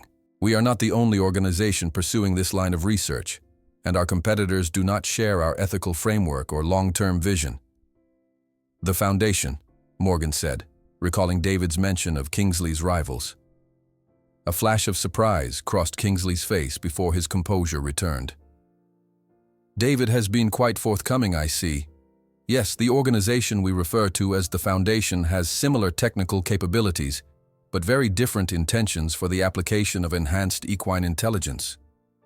What intentions? Kingsley hesitated, then seemed to make a decision. Military and surveillance applications primarily. Their research focuses on developing horses for covert operations, psychological warfare, and what they euphemistically call enhanced interrogation support, using horses' empathic abilities to manipulate human emotional states during questioning. Morgan felt a chill run through her. That sounds horrific. It is, Kingsley agreed grimly, which is why I've dedicated considerable resources to ensuring that horses with the highest potential for intelligence enhancement, like Eclipse, don't fall into their hands. He leaned forward slightly. The Foundation had representatives at the auction. They were prepared to bid up to $3 million for Eclipse. I had to move quickly and decisively. Morgan recalled the tension in the auction house, the rapid escalation of bidding. Had one of those bidders been working for this foundation? The thought that Eclipse might have ended up in a program developing horses for military applications made her stomach turn. I understand your caution now, she said slowly. But I still don't understand my role in all this. Why bring me here? You have expert trainers already. Because Eclipse trusts you, Kingsley replied simply. The development of enhanced intelligence isn't just about genetics. It's about environment, experience, and most importantly, relationship. The bond you formed with Eclipse creates a foundation of trust and communication that would take months or years to replicate with a new trainer. He regarded her thoughtfully. There's another factor as well. You have an intuitive understanding of horses that can't be taught. I've watched videos of your training sessions with Eclipse from long before the auction. You don't just command him, you communicate with him, and he with you. That natural ability is rare and valuable to our program. Morgan felt a complex mixture of emotions. Pride at his recognition of her abilities, wariness about the larger implications of the program, and lingering concern about Eclipse's well-being. What happens to Eclipse in your program? She asked. What's his future here? Initially, continued training under your guidance, Kingsley explained. Alongside that, our research team will conduct non-invasive cognitive assessments to better understand his particular abilities. Eventually, he'll become part of our specialized breeding program, passing his genetic advantages to carefully selected offspring. And later, when he's older? A comfortable retirement here on the property, Kingsley assured her. No horse in my program is ever discarded or sold when their breeding usefulness diminishes. They remain valued members of our community for life. Morgan nodded, slightly reassured. And my role moving forward? Now that I know the true nature of your operation? Kingsley studied her for a moment before responding. That depends largely on you, Miss Hayes. If you wish to continue simply as Eclipse's trainer, focusing on your work with him while remaining peripheral to the larger research program, that option is available. Your current contract and compensation would remain unchanged. He paused, then continued. However, if you're interested in becoming more directly involved in our work on enhanced equine intelligence, I could offer you an expanded role as a developmental specialist, working with our research team to design and implement training protocols specifically tailored to nurturing cognitive potential. The offer was unexpected, and Morgan found herself genuinely tempted. Despite her initial misgivings about the secrecy surrounding Kingsley's operation, the core of his vision, developing deeper, more meaningful partnerships between humans and horses, resonated with her own beliefs and experiences. I'd need time to consider that, she said carefully. Of course. Kingsley nodded. Take a week to settle in, work with Eclipse, and observe more of our operation. After that, we can discuss your potential involvement further. He rose, signaling that their meeting was drawing to a close. In the meantime, is there anything else you need to continue your work with Eclipse effectively? Morgan stood as well, gathering her thoughts. Access to more of the facility would be helpful. Understanding the bigger picture of your program would help me tailor Eclipse's training more appropriately.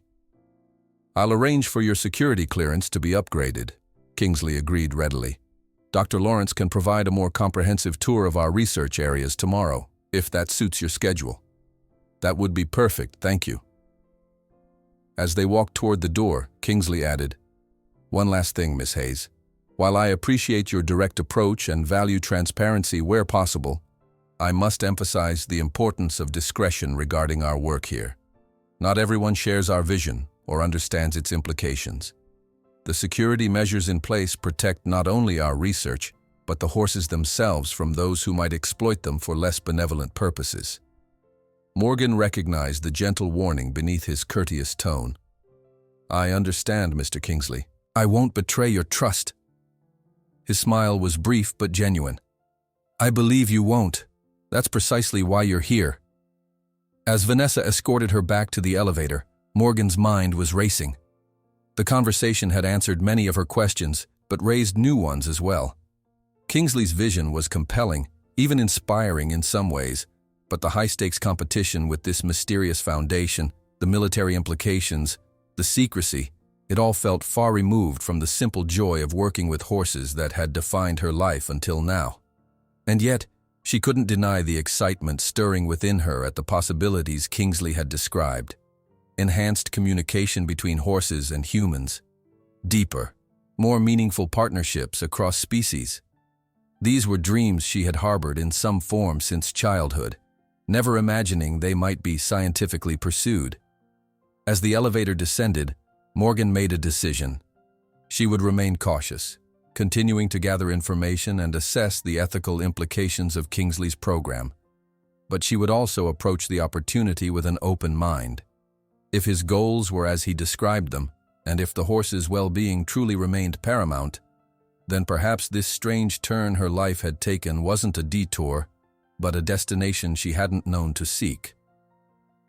The elevator doors opened, revealing the sun-drenched atrium of the main building. Morgan stepped out, feeling as though she were crossing a threshold in more ways than one. Over the next few days, Morgan immersed herself in the rhythms of Kingsley Equestrian Center, dividing her time between training sessions with Eclipse and carefully observing the broader operations of the facility. With her newly upgraded security clearance, she was able to access previously restricted areas, including several of the specialized research laboratories and testing facilities. Dr. Lawrence proved to be an informative guide, explaining the various projects underway with a level of detail that would have been unthinkable before her conversation with Kingsley. Morgan saw firsthand the advanced cognitive assessment chambers, where horses were presented with increasingly complex problems to solve while sophisticated equipment monitored their brain activity. She observed specialized training sessions designed to develop specific cognitive skills, from pattern recognition to emotional intelligence evaluations. This particular exercise measures the horse's ability to distinguish between genuine and feigned human emotional states, Dr. Lawrence explained during one such session. A trainer was working with the chestnut mare, displaying various emotional expressions while the horse's responses were carefully documented. Horses naturally have this ability to some degree, but we're working to enhance and refine it. For the AI interface Kingsley mentioned? Morgan asked. Precisely. Artificial intelligence systems struggle with the nuances of human emotion. They can identify surface expressions but miss the subtleties that might indicate deception or conflicted feelings. Horses, particularly those with enhanced cognitive abilities, can perceive these subtleties instinctively. The more Morgan learned, the more she had to admit that Kingsley's vision was as fascinating as it was ambitious. There was genuine care for the horses evident throughout the program. State-of-the-art facilities, meticulous attention to physical and psychological well-being, and an overarching philosophy that emphasized partnership rather than exploitation. Yet questions remained. Certain areas of the facility were still off-limits, marked with red security badges that outranked even her upgraded clearance. When she asked about these areas, Dr.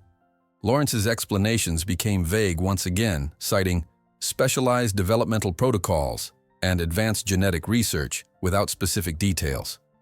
On her 5th day at the facility, Morgan encountered Dr. Novak in Eclipse's stall area. The scientist was examining data on a tablet while Tyler stood by nervously, clearly intimidated by her presence. Dr. Novak, Morgan greeted her, keeping her tone neutral. Is everything okay with Eclipse? Novak looked up, her piercing blue eyes assessing Morgan coolly. His metabolic panel shows slight elevation in cortisol levels. Nothing concerning yet, but worth monitoring. Morgan frowned. Stress indicators? He seemed fine during our session this morning. The physical exertion wouldn't register this way, Novak replied. This suggests mental strain or emotional stress. Has anything changed in his routine? Nothing significant, Morgan said, moving to Eclipse's side and running a hand along his neck. The stallion seemed perfectly relaxed under her touch, showing none of the physical signs she associated with stress. No tension in his muscles, no elevated respiration, no anxious shifting. Novak watched their interaction with clinical interest. Your bond with him is remarkable, she observed. It seems to activate specific neural pathways that we've been attempting to stimulate through other methods. Morgan wasn't sure if that was a compliment or simply a scientific observation. What methods? Novak hesitated, glancing at Tyler. Perhaps we could discuss this elsewhere. Technical details aren't relevant to all staff. Tyler took the hint immediately. "I'll just finish up Eclipse's stall later, Miss Hayes," he said, quickly making himself scarce. Once he was gone, Novak's demeanor changed subtly, becoming slightly less rigid. "Mr. Kingsley has informed me of your expanded clearance and potential involvement in our research team. I've reviewed your background extensively." "Have you?" Morgan wasn't sure whether to be flattered or concerned. "Your intuitive approach to equine communication lacks scientific rigor, but demonstrates a natural aptitude that aligns with our objectives," Novak continued, either missing or ignoring Morgan's discomfort.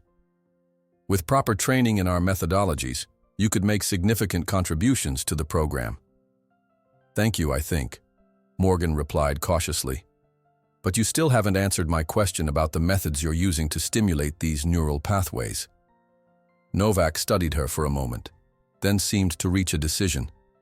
"We utilize a combination of specialized cognitive exercises, controlled environmental enrichment, and a proprietary supplement regimen that supports optimal neurological development." "Supplements?" Morgan's concern sharpened. "What exactly are you giving Eclipse?"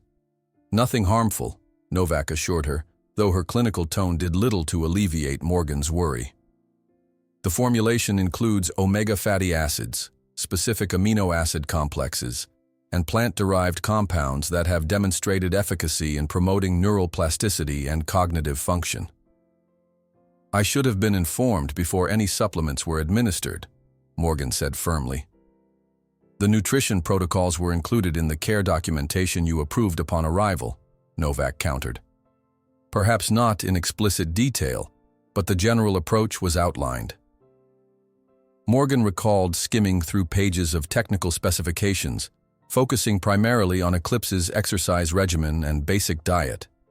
There had been mentions of performance optimization supplements that she hadn't questioned at the time, assuming they were standard vitamins and minerals. "I'd like a complete breakdown of everything Eclipse is receiving," she said, making it clear this wasn't a request. Novak nodded, seemingly unperturbed by Morgan's assertiveness. "I'll have the full formulation sent to your tablet. You'll find it's all evidence-based and meticulously tested for safety." She paused, then added, "Your concern for Eclipse is understandable, but unnecessary in this case. His well-being is as important to our research as it is to your personal attachment." Before Morgan could respond, the scientist's tablet chimed with an alert. Novak checked it and straightened immediately. "I'm needed in Lab 3. We'll continue this discussion another time, Miss Hayes." With a curt nod, she strode away, white coat fluttering behind her. Morgan turned back to Eclipse, who had been watching the exchange with apparent interest, his ears flicking between the two women as they spoke. "What are they giving you, boy?" she murmured, searching his eyes for any sign of alteration or distress. He seemed like the same Eclipse she had always known, alert, intelligent, responsive. But the idea of unknown substances being administered without her explicit approval troubled her deeply. Later that evening, as promised, a detailed document appeared on Morgan's tablet, outlining the Cognitive Enhancement Nutritional Protocol being used with Eclipse and other Priority 1 horses. The scientific terminology was dense, but Morgan spent hours researching each component, cross-referencing with veterinary databases accessible through the facility's library system. To her relief, nothing seemed overtly dangerous. Most ingredients were natural compounds with research supporting their cognitive benefits, though some were being used in combinations and concentrations that appeared experimental. The protocol also included detailed monitoring requirements to ensure no adverse effects developed. While the supplement regimen seemed reasonably safe, Morgan couldn't shake a lingering unease. It represented a level of intervention in Eclipse's natural development that she hadn't anticipated or explicitly consented to.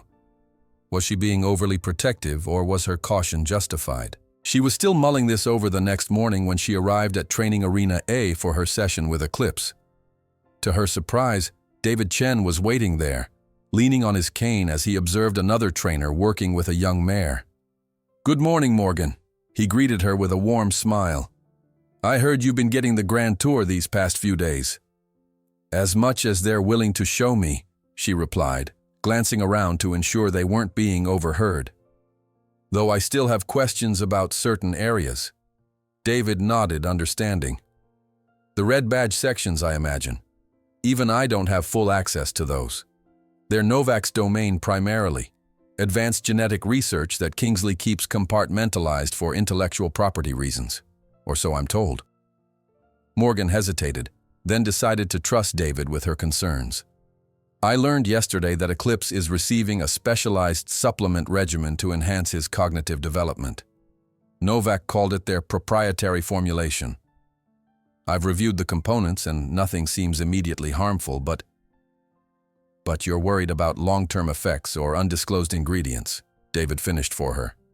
He sighed, tapping his cane thoughtfully against the ground.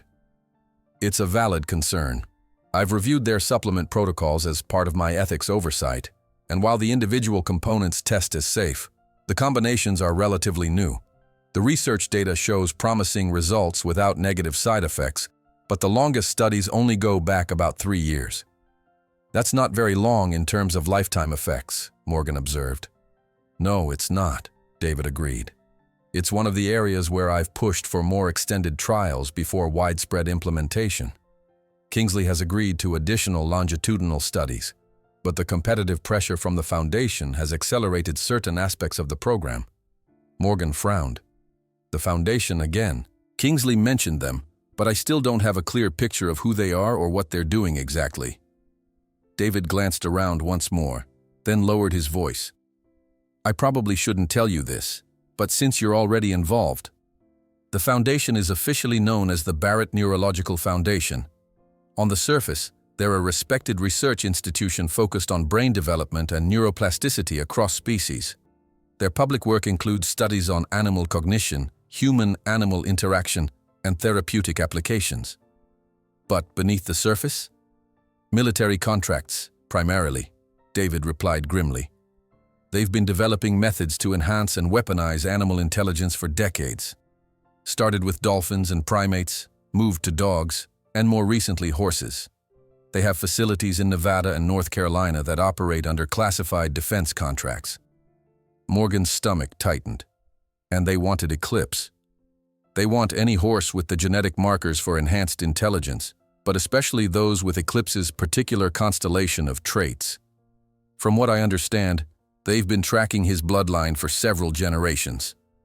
The implications were disturbing. Had Eclipse been targeted from birth for these capabilities? Had his entire existence been shaped by competing interests he knew nothing about? Does any of this sit right with you? Morgan asked suddenly. The secrecy, the competition with the Foundation, the genetic profiling and supplement regimens. Sometimes it feels like we're treating these horses as products rather than living beings with their own intrinsic value. David's expression turned thoughtful. It's a question I ask myself daily in my role here. Where's the line between enhancement and exploitation? Between developing potential and imposing our human agendas? He shook his head slowly. I don't have perfect answers, Morgan.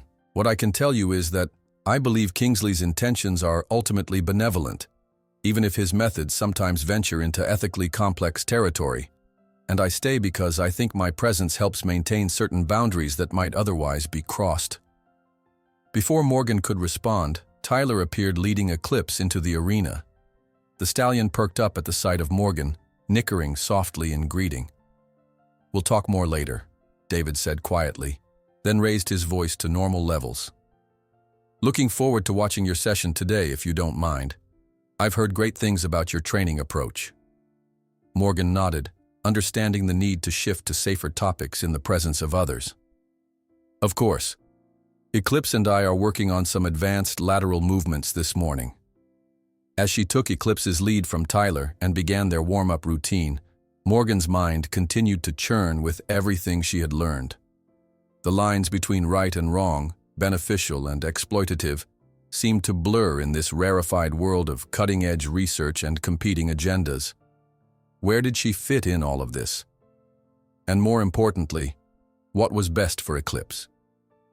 The next few hours passed in focused work with Eclipse, whose responsiveness and intelligence continued to impress even the most experienced staff members who observed their session.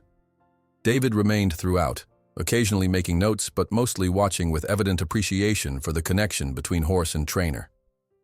Afterward, as Morgan was cooling Eclipse down with a gentle walk around the arena perimeter, Vanessa appeared at the entrance. "Miss Hayes," she called, her typically composed demeanor showing signs of tension. "Mr. Kingsley requests your presence in the security center immediately." Morgan frowned, exchanging a quick glance with David, whose expression had grown concerned. "What's happened?" "There's been a security breach," Vanessa replied, her voice tightly controlled. "Someone attempted to access restricted information about Eclipse and several other Priority 1 horses. Mr. Kingsley believes you should be informed." A chill ran through Morgan as she handed Eclipse off to Tyler with instructions for his post-workout care. As she followed Vanessa toward the administrative building, David fell into step beside them. "I should be present for this as well," he said, his tone brooking no argument. "It falls under my ethical oversight purview." Vanessa hesitated, then nodded curtly. "Mr. Kingsley anticipated you might feel that way. He's authorized your presence." The security center occupied a windowless room in the basement level of the administrative building, accessible only through a series of keycard-protected doors and biometric scanners. Inside, banks of monitors displayed feeds from security cameras positioned throughout the facility, while a separate section appeared dedicated to digital security. Alexander Kingsley stood at a central console, his expression grave as he conversed with a team of security specialists. He looked up as Morgan and David entered. "Miss Hayes, Mr. Chen, thank you for coming quickly." He gestured toward a screen displaying lines of code and security logs. "At approximately 3:20 this morning, our systems detected an attempted intrusion into our secure database. The attack was sophisticated, likely state-level or corporate espionage of the highest caliber." "The Foundation?" David asked, voicing Morgan's immediate suspicion. "We believe so, yes," Kingsley confirmed. "The attack targeted specific information related to our Priority 1 horses, with particular emphasis on Eclipse's genetic profile and cognitive assessment data." Morgan felt her heart rate accelerate. "Were they successful?" "No," Kingsley assured her. "Our security protocols contained the breach before any significant data was compromised. However, the attempt itself is concerning. It suggests they have more information about our operation than they should, possibly including knowledge of Eclipse's presence here." "Could they have had someone at the auction?" Morgan asked, remembering the various bidders who had competed for Eclipse. "Almost certainly," Kingsley agreed. "But this level of targeting suggests more recent intelligence. We're conducting a full review of all staff and visitors over the past week, as well as enhancing our security protocols across the board." David frowned. "You suspect an internal leak? One of your own people?" "We can't rule it out," Kingsley said grimly. "The Foundation has been known to place operatives in competing facilities or to turn existing staff through various means: financial incentives, blackmail, ideological manipulation." Morgan felt suddenly vulnerable, wondering if she herself might fall under suspicion as a relatively new arrival. "What does this mean for Eclipse?" Kingsley's expression softened slightly at her evident concern. "For now, we're implementing enhanced security protocols for all Priority 1 horses. Additional monitoring, restricted access to their areas, increased patrols. Nothing that should interfere with your training regimen, but you may notice more security personnel during your sessions." He turned to a security specialist, who brought up a new screen showing what appeared to be security protocols. "We're also accelerating certain aspects of our research program. If the Foundation is this determined to access our data, we need to maintain our advantage." "Accelerating how?" David asked sharply, his ethical oversight instincts clearly triggered. "Nothing that violates our established guidelines," Kingsley assured him smoothly. "Simply condensing the timeline on some of the later-stage cognitive assessments and breeding preparations. Dr. Novak is adjusting the schedules now." Morgan tensed at the mention of breeding preparations. Until now, that aspect of Eclipse's future at the facility had remained somewhat abstract in her mind. The idea of it being suddenly accelerated made her uncomfortable. How soon are we talking about? She asked. Eclipse's training is at a critical stage. Disrupting it for breeding duties could set back his development significantly. I understand your concern, Kingsley replied. We'll coordinate closely with you to ensure minimal disruption to his training schedule. But understand, Miss Hayes, the genetic aspects of our program are equally important to the training components. Eclipse's cognitive potential isn't just valuable in himself, but in what he can pass to future generations. Something in his tone made Morgan uneasy. For all his talk of partnership and communication between species, in this moment Kingsley sounded more like a businessman protecting assets than someone concerned with Eclipse as an individual. I'd like to review any proposed changes to his schedule before they're implemented, she said firmly. Kingsley studied her for a moment, then nodded. Fair enough. Dr. Lawrence will consult with you on the adjusted protocols. He turned back to the security team, effectively dismissing them. Thank you both for coming. Vanessa will update your security badges with the new protocols. As they left the security center, David was uncharacteristically quiet, his expression troubled. They walked in silence until they reached a secluded courtyard where he finally spoke. Accelerated timelines are rarely good news in research settings, he said quietly. Especially when prompted by external pressure rather than scientific readiness. Morgan nodded, her own concerns mirroring his. What do you think they're really doing in those red badge areas? The ones even you don't have access to? David sighed heavily. I don't know for certain, but based on research requests that cross my desk for ethical review, I suspect they're developing more direct methods of neural enhancement, beyond selective breeding and supplement regimens. What kind of methods? That's what worries me. David's expression darkened. The redacted sections of those requests contained references to neural interface technology and direct cognitive augmentation. I've pushed for more information, but Kingsley and Novak cite proprietary technology concerns. A chill ran through Morgan as the implications sank in. You think they're developing some kind of neural implants for horses to enhance their intelligence artificially? I think it's a possibility we can't dismiss, David replied gravely. And if they're accelerating their timeline due to competition with the Foundation, it raises serious questions about what shortcuts might be taken. Morgan thought of Eclipse, his trusting eyes, his willingness to work with her, his evident joy in their partnership. The idea of him being subjected to experimental neural technology made her physically ill. I won't let them use Eclipse as a test subject for something like that, she said, her voice hardening with resolve. David regarded her with a mixture of approval and concern. Be careful, Morgan. You're new here, and your position isn't secure. If you're perceived as an obstacle to the program's objectives, particularly now that there's this security concern. He didn't need to finish the thought. Morgan understood the warning clearly. She was walking a dangerous line between compliance and resistance, between being trusted and being suspected. What would you do? She asked quietly.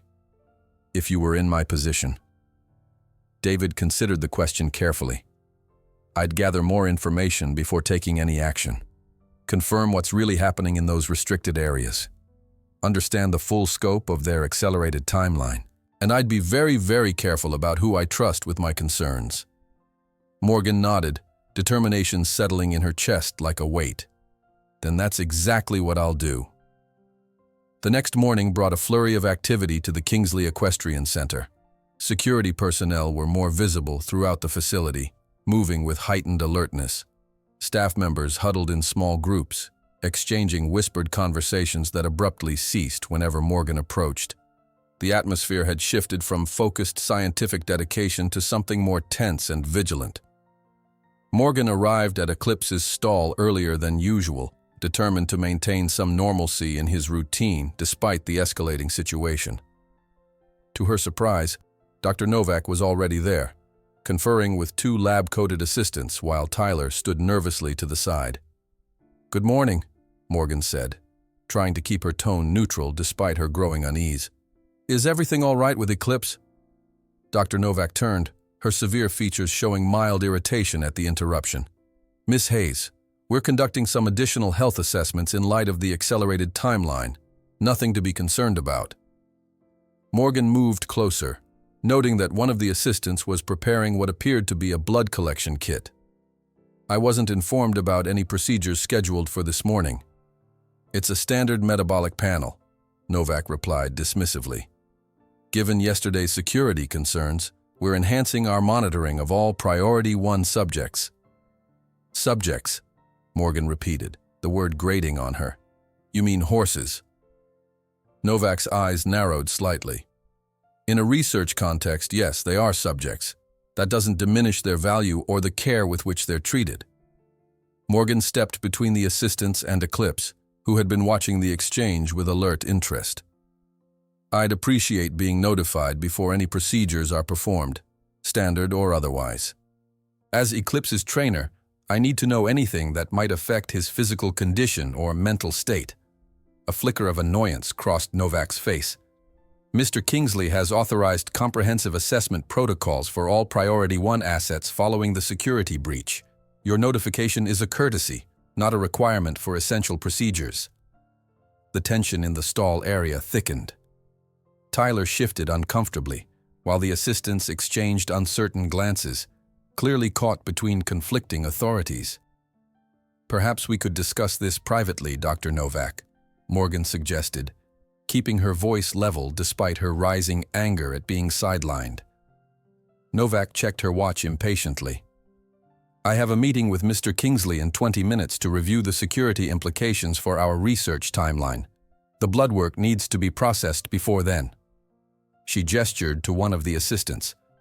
"Proceed with the collection." As the assistant moved forward with the collection kit, Morgan stood her ground. "I'd like to speak with Mr. Kingsley first." "That won't be necessary," came a familiar voice from behind them. Alexander Kingsley himself stood at the stall entrance, his expression unreadable. "I apologize for the confusion, Miss Hayes. Dr. Novak is correct that we're implementing enhanced monitoring protocols, but she should have ensured you were properly informed beforehand." He stepped into the stall area, his presence immediately commanding attention. "Dr. Novak, please ensure that Miss Hayes receives advance notification of all procedures involving Eclipse, regardless of urgency. Her cooperation is essential to our program's success." Novak's lips thinned, but she nodded curtly. "As you wish, Mr. Kingsley." "Thank you." Kingsley turned to Morgan. "I understand your concerns, but I assure you these assessments are routine and non-invasive. Would you be comfortable allowing them to proceed now that you're present to observe?" Put on the spot, Morgan hesitated. The request seemed reasonable enough, and directly opposing Kingsley in front of his staff would only damage her position. "Yes, that's fine," she conceded. "I'd just like to be kept informed moving forward." "Of course." Kingsley's smile was brief but seemed genuine. "Once you've completed your morning session with Eclipse, I'd appreciate if you could join me in Conference Room A. There are some developments I'd like to discuss with you." With that, he departed, leaving Morgan to oversee the blood collection. The procedure was indeed quick and professional, with Eclipse showing no distress. Dr. Novak left immediately afterward, the precious vials carefully packaged for rapid analysis, while Morgan proceeded with her planned training session. Throughout the morning workout, Morgan found herself distracted, wondering what developments Kingsley wanted to discuss. Had there been new information about the security breach? Was he planning to further accelerate Eclipse's integration into the breeding program? Or was it something else entirely? Perhaps he had detected her growing reservations about certain aspects of the operation. By the time she finished cooling down Eclipse and turned him over to Tyler for post-workout care, Morgan's nerves were stretched taut. She showered quickly in the trainer's locker room, changed into fresh clothes, and made her way to the administrative building, mentally preparing for whatever might come next. Conference Room A was one of the larger meeting spaces in the facility, typically used for full research team gatherings. When Morgan entered, she was surprised to find not just Kingsley, but Dr. Lawrence, Dr. Novak, David Chen, and several other senior staff members she recognized from various departments. They were seated around a large oval table, with Kingsley at the head. "Ah, Miss Hayes, thank you for joining us," Kingsley greeted her, gesturing to an empty chair. "Please have a seat." Morgan took the offered chair, noting that David gave her a subtle nod of reassurance. Whatever this meeting was about, at least she had one ally in the room. "I've gathered our core team to discuss the implications of yesterday's security breach and our response strategy," Kingsley began once she was seated. "As you're now aware, the Foundation made a sophisticated attempt to access data specifically related to our Priority 1 horses, including Eclipse. While the immediate breach was contained, our intelligence suggests this was likely a prelude to more aggressive actions." He tapped a control on the table, and a holographic display appeared in the center, showing what appeared to be satellite imagery of a large compound. "This is the Foundation's primary research facility in Nevada. Over the past week, they've significantly increased security and brought in specialized transport equipment consistent with preparations for acquiring and moving large animals." Dr. Novak leaned forward, her expression intense. "We believe they're planning a direct acquisition attempt, possibly targeting this facility or our transport protocols." "You mean they might try to steal the horses?" Morgan asked, alarmed by the escalation. "It wouldn't be the first time," Dr. Lawrence said grimly. 3 years ago, they intercepted a transport carrying 2 of our promising young stallions. We recovered the animals eventually, but not before they had been subjected to the Foundation's more invasive research protocols. Morgan felt sick at the implication. "What are we doing to prevent that from happening again?" "We've enhanced physical security throughout the facility," Kingsley explained. "Additional personnel, upgraded surveillance systems, and modified transport protocols. But our most effective defense lies in accelerating our research timeline. If we can achieve our breakthrough before they can acquire our genetic stock, their incentive for direct action diminishes significantly." "What breakthrough specifically?" Morgan asked, sensing they were finally approaching the heart of Kingsley's secretive operation. Kingsley exchanged glances with Dr. Novak, who gave a slight nod. He turned back to Morgan with an expression of careful consideration. "I believe you've earned the right to know the full scope of our work, Miss Hayes," he said finally. "You've demonstrated both dedication to Eclipse's well-being and discretion regarding our operation. What I'm about to share is known only to those in this room and a handful of others with the highest security clearance." Morgan straightened, aware that she was about to cross a threshold of knowledge from which there would be no return. "Our ultimate goal goes beyond enhanced equine intelligence or even the AI interface I described previously," Kingsley continued. "Those are important components, but they serve a larger vision: the development of true cross-species communication, a direct two-way exchange of complex thoughts and concepts between humans and horses." Morgan stared at him, trying to process the implications. "You mean beyond the intuitive communication that already exists between horses and experienced handlers?" "Far beyond," Dr. Novak interjected, her scientific detachment giving way to rare enthusiasm. "We're developing a neural interface system that would allow direct transmission of thoughts, images, and concepts. Not just emotional states or simple commands, but complex ideas, memories, even abstract reasoning." "A neural interface?" Morgan echoed, recalling David's concerns about potential implants. "You're talking about some kind of technology that connects a human brain to a horse's?" "In essence, yes," Kingsley confirmed. "Though the current prototype is non-invasive, utilizing advanced electroencephalography combined with targeted transcranial magnetic stimulation. No surgical implantation is required." David Chen spoke up for the first time. "The Ethics Committee has approved this research conditionally, provided all testing is conducted with full monitoring of equine stress indicators and immediate termination of any session that shows signs of distress." Morgan tried to wrap her mind around what they were describing. Direct mind-to-mind communication with horses. It sounded like science fiction, yet the people in this room spoke of it as an achievable reality. "How close are you to making this work?" she asked. "We've achieved promising results with simple concepts and basic imagery," Dr. Lawrence explained. "A human operator can transmit simple visual concepts: a circle, a square, a tree, and our enhanced equines can reliably identify the correct image from a selection presented to them. We've also had limited success with the horses transmitting basic emotional states and simple needs to human receivers. But we've reached a plateau, Dr. Novak added, frustration evident in her voice. The horses with the highest cognitive scores still struggle with more complex exchanges. We believe the limitation is not technological but relational. The neural interface functions best when there's already a strong bond between the human and equine subjects. Morgan suddenly understood where this was heading. And that's where Eclipse and I come in. Precisely, Kingsley confirmed. Your connection with Eclipse represents the ideal foundation for advanced neural communication testing. The trust, the established patterns of nonverbal communication, the mutual responsiveness. These are elements we can't artificially create in a laboratory setting, no matter how sophisticated our technology. Morgan sat back in her chair, overwhelmed by the implications. You want me to be part of this experiment? To try to mind meld with Eclipse? In layman's terms, yes, Dr. Novak replied, though the scientific process is considerably more nuanced. What would it involve exactly? Morgan asked, simultaneously fascinated and apprehensive.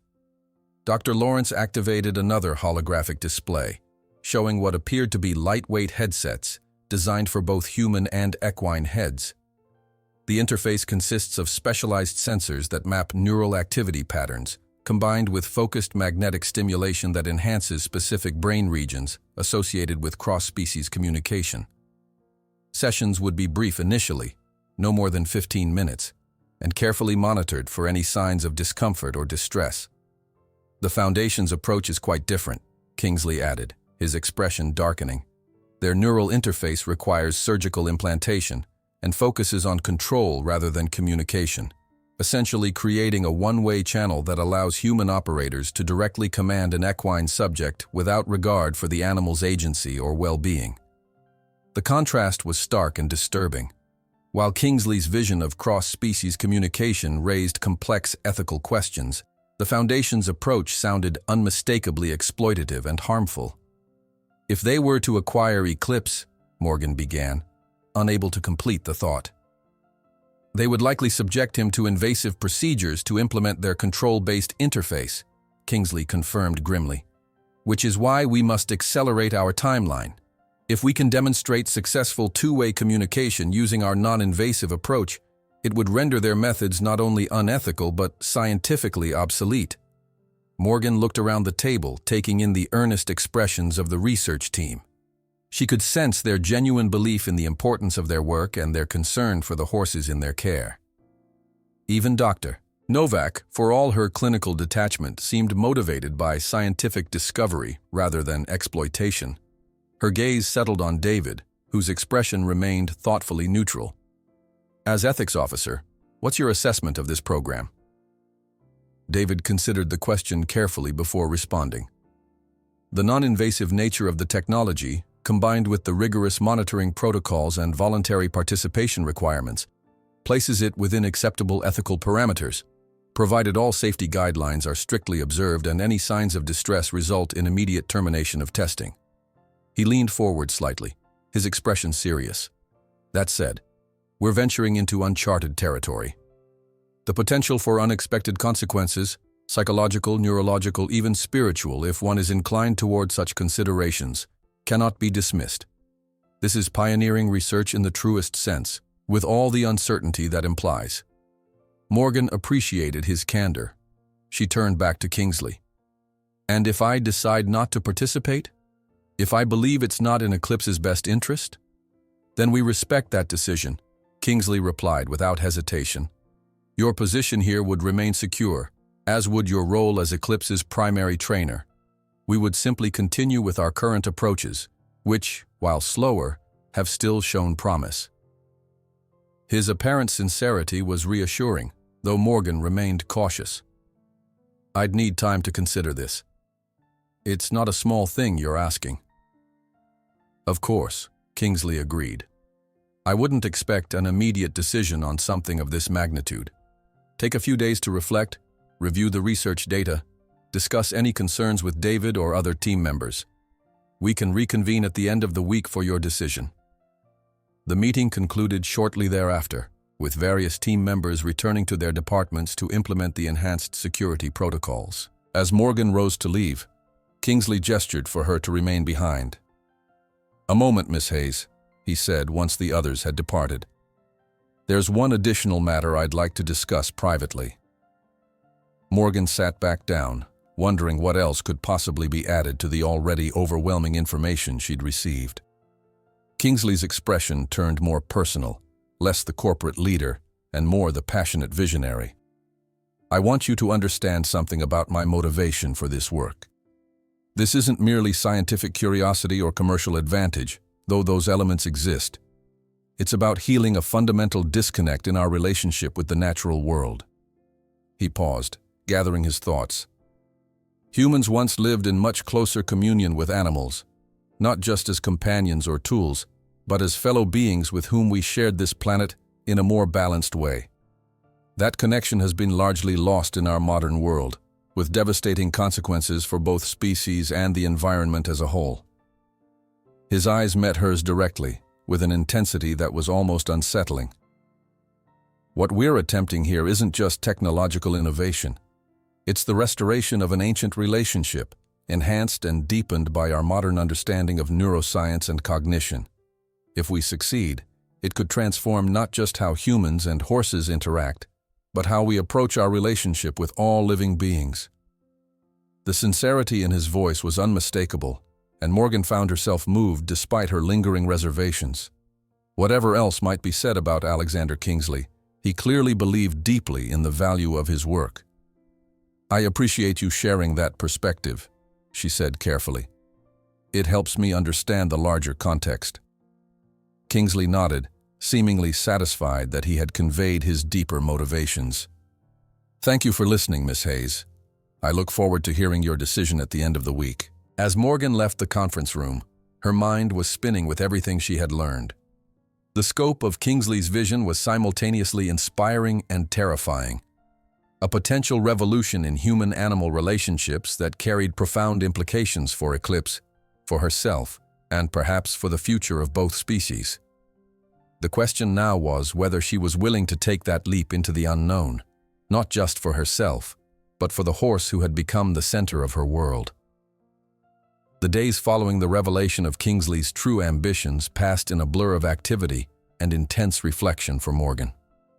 She divided her time between her regular training sessions with Eclipse, reviewing the extensive research data Kingsley had provided on the neural interface technology, and long conversations with David about the ethical implications of what they were considering. "The technology itself is remarkable," David acknowledged during one such discussion as they walked the perimeter of the duck pond, away from prying ears and cameras. "The non-invasive approach genuinely seems designed to prioritize the horse's well-being, and the testing protocols include more safeguards than I've seen in most human medical trials." "But you still have reservations," Morgan observed, noting the subtle tension in his expression. David nodded slowly. "We're venturing into the unknown here, Morgan. The potential for unintended consequences is significant. What happens to a horse's psyche when it begins to process human thoughts directly? How might it change Eclipse's sense of self, his natural behaviors, his relationship with you and with other horses?" These were questions Morgan had been wrestling with herself. The possibility of communicating directly with Eclipse, of sharing thoughts and perceptions across the species barrier, held an undeniable allure, yet she couldn't ignore the profound responsibility that came with such a capability. "There's something else to consider," she said after a moment of contemplation. "If Kingsley's technology works as intended, it could render the Foundation's invasive approach obsolete, potentially sparing countless horses from their experiments." "True," David conceded. "Though whether the scientific community and various government agencies would abandon invasive methods simply because a better alternative exists remains to be seen. History suggests otherwise." Morgan's decision wasn't made easier by the heightened security measures now evident throughout the facility. Armed guards patrolled the perimeter, and additional checkpoints had been established between major sections of the compound. Eclipse and the other Priority 1 horses had been moved to a more secure stable block with enhanced surveillance and restricted access. The morning of her scheduled meeting with Kingsley to deliver her decision, Morgan rose before dawn. She wanted one last session with Eclipse, just the two of them, connecting in the simple, profound way they always had, before technology potentially changed everything. She found him alert and eager despite the early hour, nickering softly in greeting as she approached his stall. The security guard stationed nearby checked her credentials before allowing her to enter. "Hey, big guy," she murmured, running her hands along his powerful neck. "Ready for an early workout?" Eclipse's response was immediate, a gentle nudge of his nose against her shoulder, his ears pricked forward in anticipation. Morgan led him to the indoor arena, which she had reserved for private use before her meeting with Kingsley. As they moved through their warm-up routine, Morgan found herself hyper-aware of every aspect of their interaction. The subtle shifts in Eclipse's body that telegraphed his thoughts, the way his ears flicked toward her voice, the almost imperceptible changes in his breathing that signaled his focus or distraction. They already communicated so fluently without words. What might be possible with Kingsley's technology? "What would you want me to know, if you could tell me anything?" she asked softly as they transitioned into more complex movements. Eclipse executed a perfect half-pass, his body moving diagonally across the arena with fluid grace, responding to cues so subtle they would be invisible to an observer. Their session extended longer than planned, Morgan reluctant to end this moment of pure connection. When they finally finished, she dismounted and simply stood beside Eclipse in the center of the arena, her forehead resting against his neck, listening to the steady rhythm of his breathing. "Whatever happens next," she whispered, "I promise I'll always put your well-being first." After returning Eclipse to his stall and ensuring he was properly cooled down and comfortable, Morgan made her way to Kingsley's office. Her decision had crystallized during their morning session, though she knew it might not be what Kingsley hoped to hear.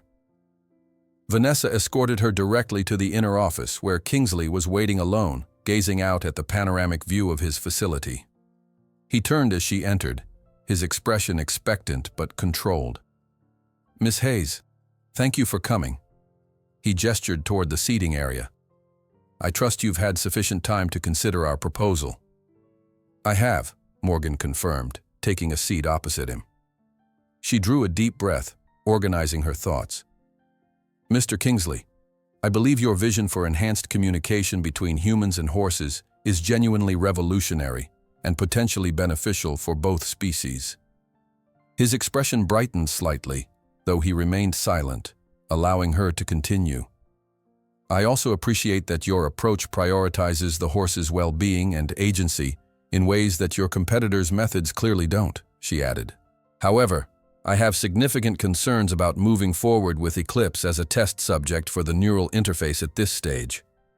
Kingsley's face remained neutral, but Morgan detected a subtle tightening around his eyes. "May I ask the nature of your concerns?" "Eclipse is still relatively young, and his cognitive development is ongoing," Morgan explained. "Introducing something as profound as direct neural communication might disrupt that natural development in ways we can't predict. Additionally, the technology itself, while impressive, is still experimental. The potential for unintended psychological or neurological effects can't be dismissed." She leaned forward slightly, meeting Kingsley's gaze directly. "I'm not refusing outright, Mr. Kingsley. I'm suggesting a more cautious approach.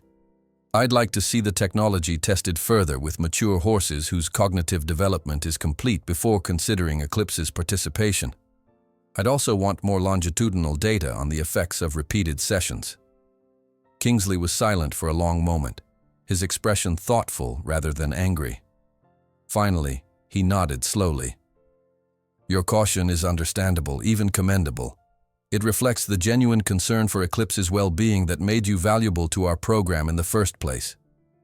He rose and moved to the window, his back to her as he continued. "However, I must be frank about our current situation. The Foundation's interest in Eclipse and our program has escalated beyond what I initially shared with you. We have credible intelligence that they're planning a direct attempt to acquire him and several other Priority 1 horses within the next 2 weeks." Morgan felt her heart rate accelerate. "You mean they're planning to attack the facility?" "Not an overt attack, no. Kingsley clarified, turning back to face her. Their methods are more subtle: infiltration, bribery of key personnel, interception of transports.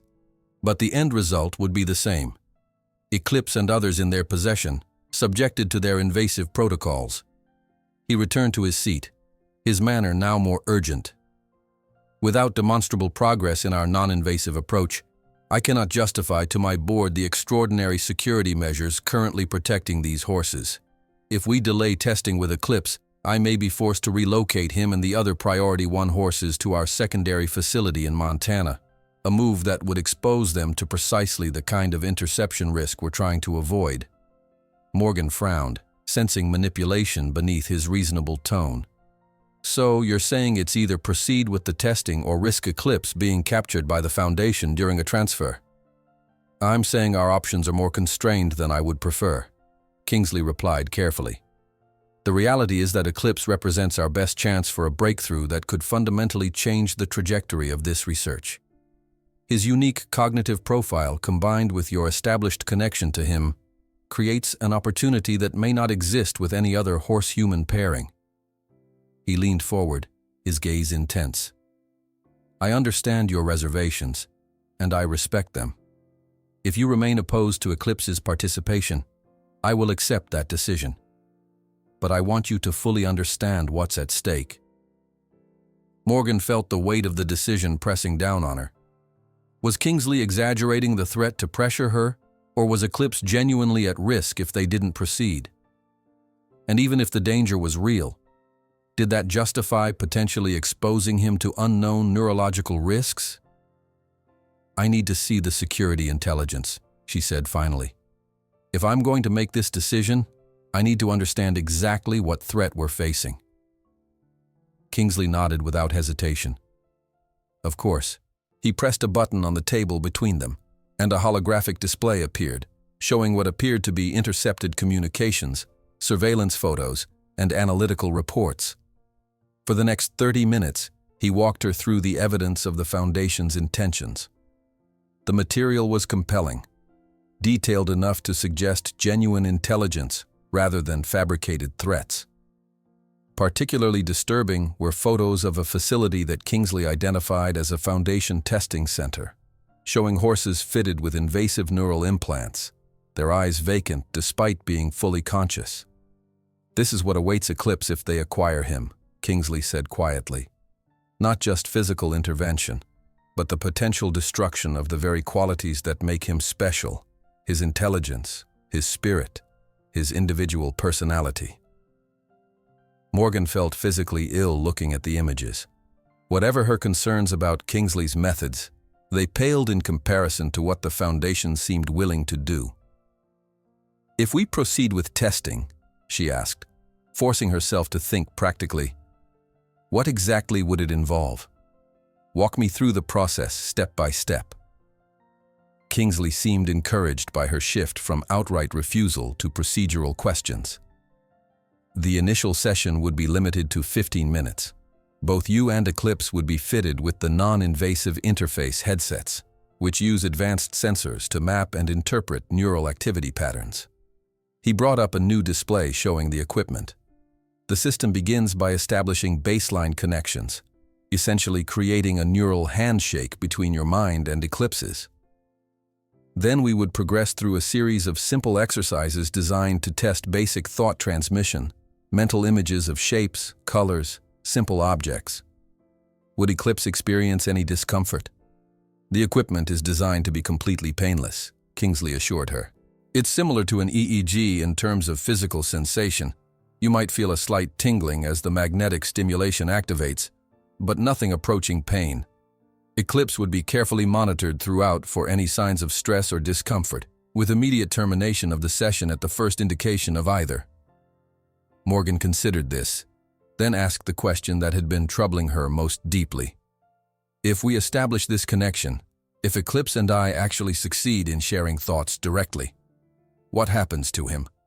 How might it change him to suddenly have access to human concepts, human thinking patterns? Kingsley's expression turned thoughtful.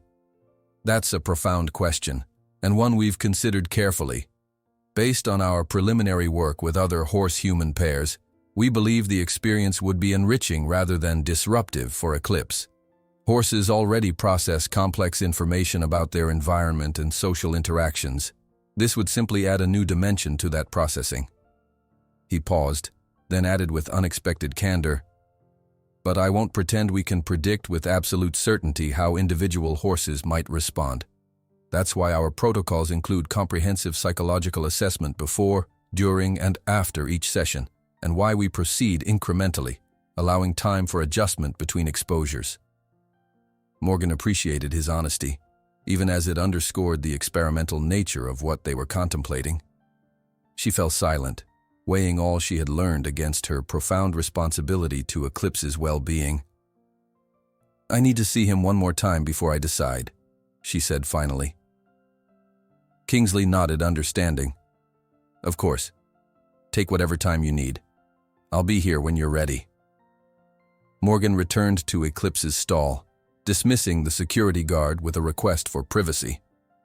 The stallion greeted her with his usual gentle nicker, seemingly untroubled by the weighty decisions being made about his future. She stood beside him in silence for several minutes, her hand resting on his powerful shoulder, feeling the steady rhythm of his breathing. What would he choose if he could understand the options? Would he embrace the chance to communicate more directly with humans, to share his thoughts and perceptions across the species barrier?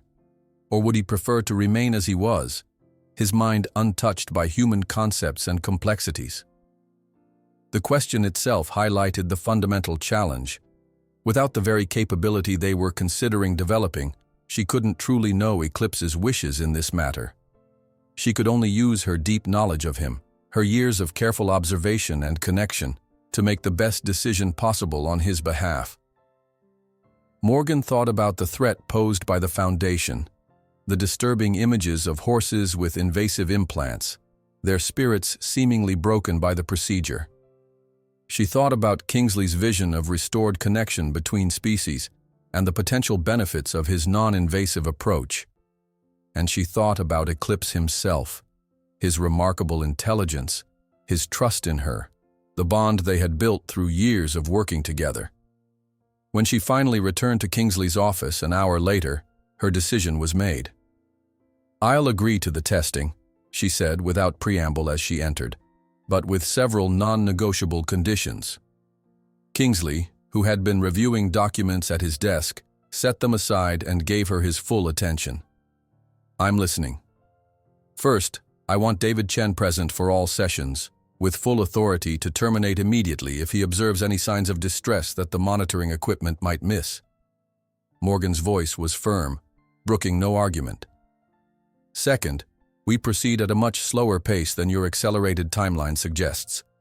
No more than one 15-minute session per week, with comprehensive evaluation of Eclipse's behavior and psychological state between sessions." Kingsley began to object, but Morgan raised a hand to stop him.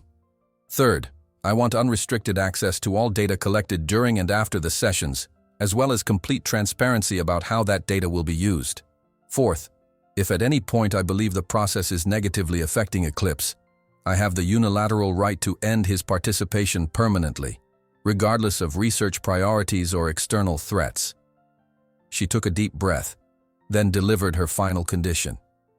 "And fifth, I want your personal guarantee that if the Foundation's threat escalates further, Eclipse will be moved to a secure location of my choosing, not your Montana facility, with security that you will provide but that I will oversee." Kingsley studied her for a long moment, his expression unreadable. Then, to her surprise, he smiled, a genuine smile that transformed his usually controlled features. "You drive a hard bargain, Miss Hayes," he said, respect evident in his tone. "But your conditions are reasonable, and in fact, align with best practices for ethical research. I accept all of them." He extended his hand across the desk. "Do we have an agreement?" Morgan hesitated only briefly before shaking his hand. "We do. When would you want to begin?" "The research team can be ready as early as tomorrow morning," Kingsley replied. "But given your condition regarding pace, I suggest we schedule the first session for 3 days from now. That will give both you and Eclipse time to prepare and allow us to conduct a final comprehensive baseline assessment of his cognitive and emotional state. Morgan nodded, feeling a complex mixture of apprehension and anticipation. 3 days then. The following days passed in a flurry of preparations. Morgan spent extra time with Eclipse, maintaining their regular training schedule, but also simply being with him, talking to him, strengthening the bond that would soon be tested in ways neither of them could fully comprehend. David visited her cabin the evening before the scheduled session, his expression concerned but supportive. "Are you sure about this, Morgan? Once we cross this threshold, there's no going back. Not for you and not for Eclipse." "I'm not sure," she admitted, pouring them both cups of tea. "But I've weighed the alternatives as carefully as I can, and this seems like the path with the least potential for harm, given the reality we're facing." David nodded slowly.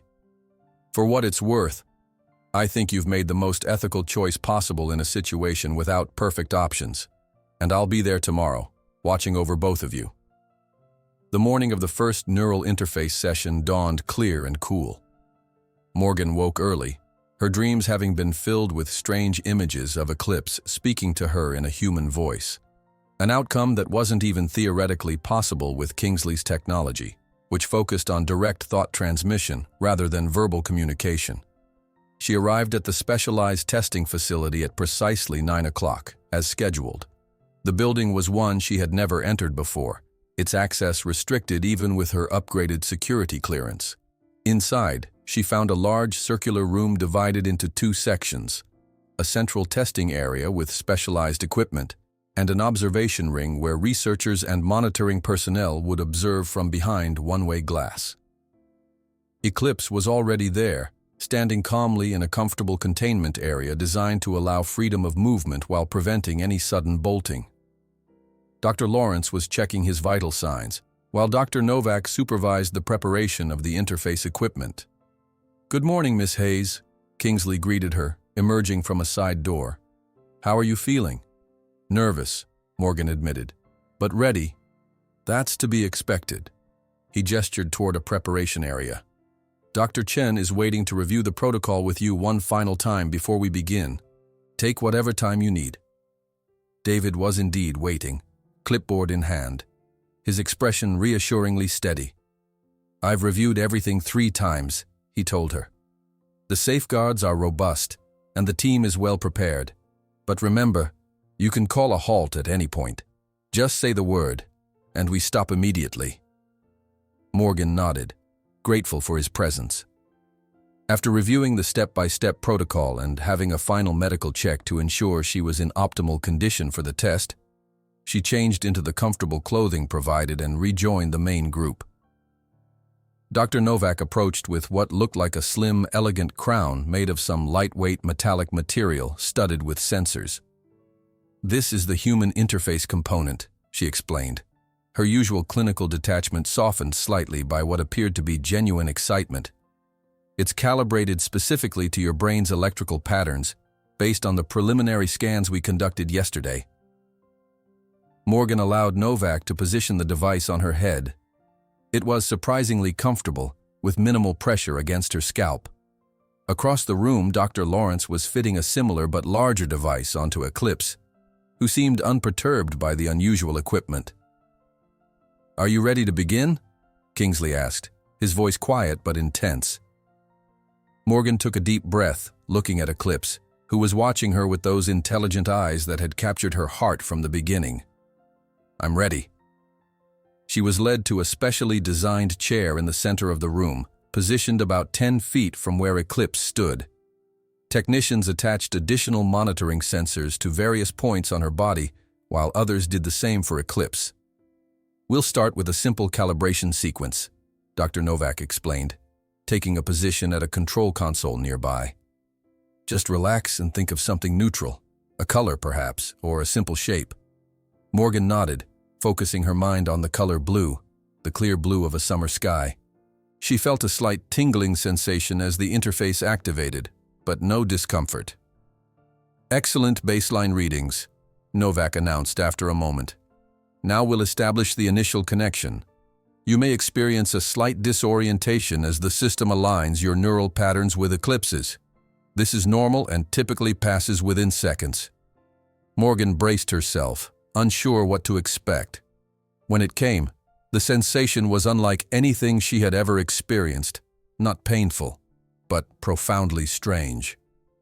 It felt as though her consciousness had suddenly expanded, encompassing spaces and perspectives that weren't her own.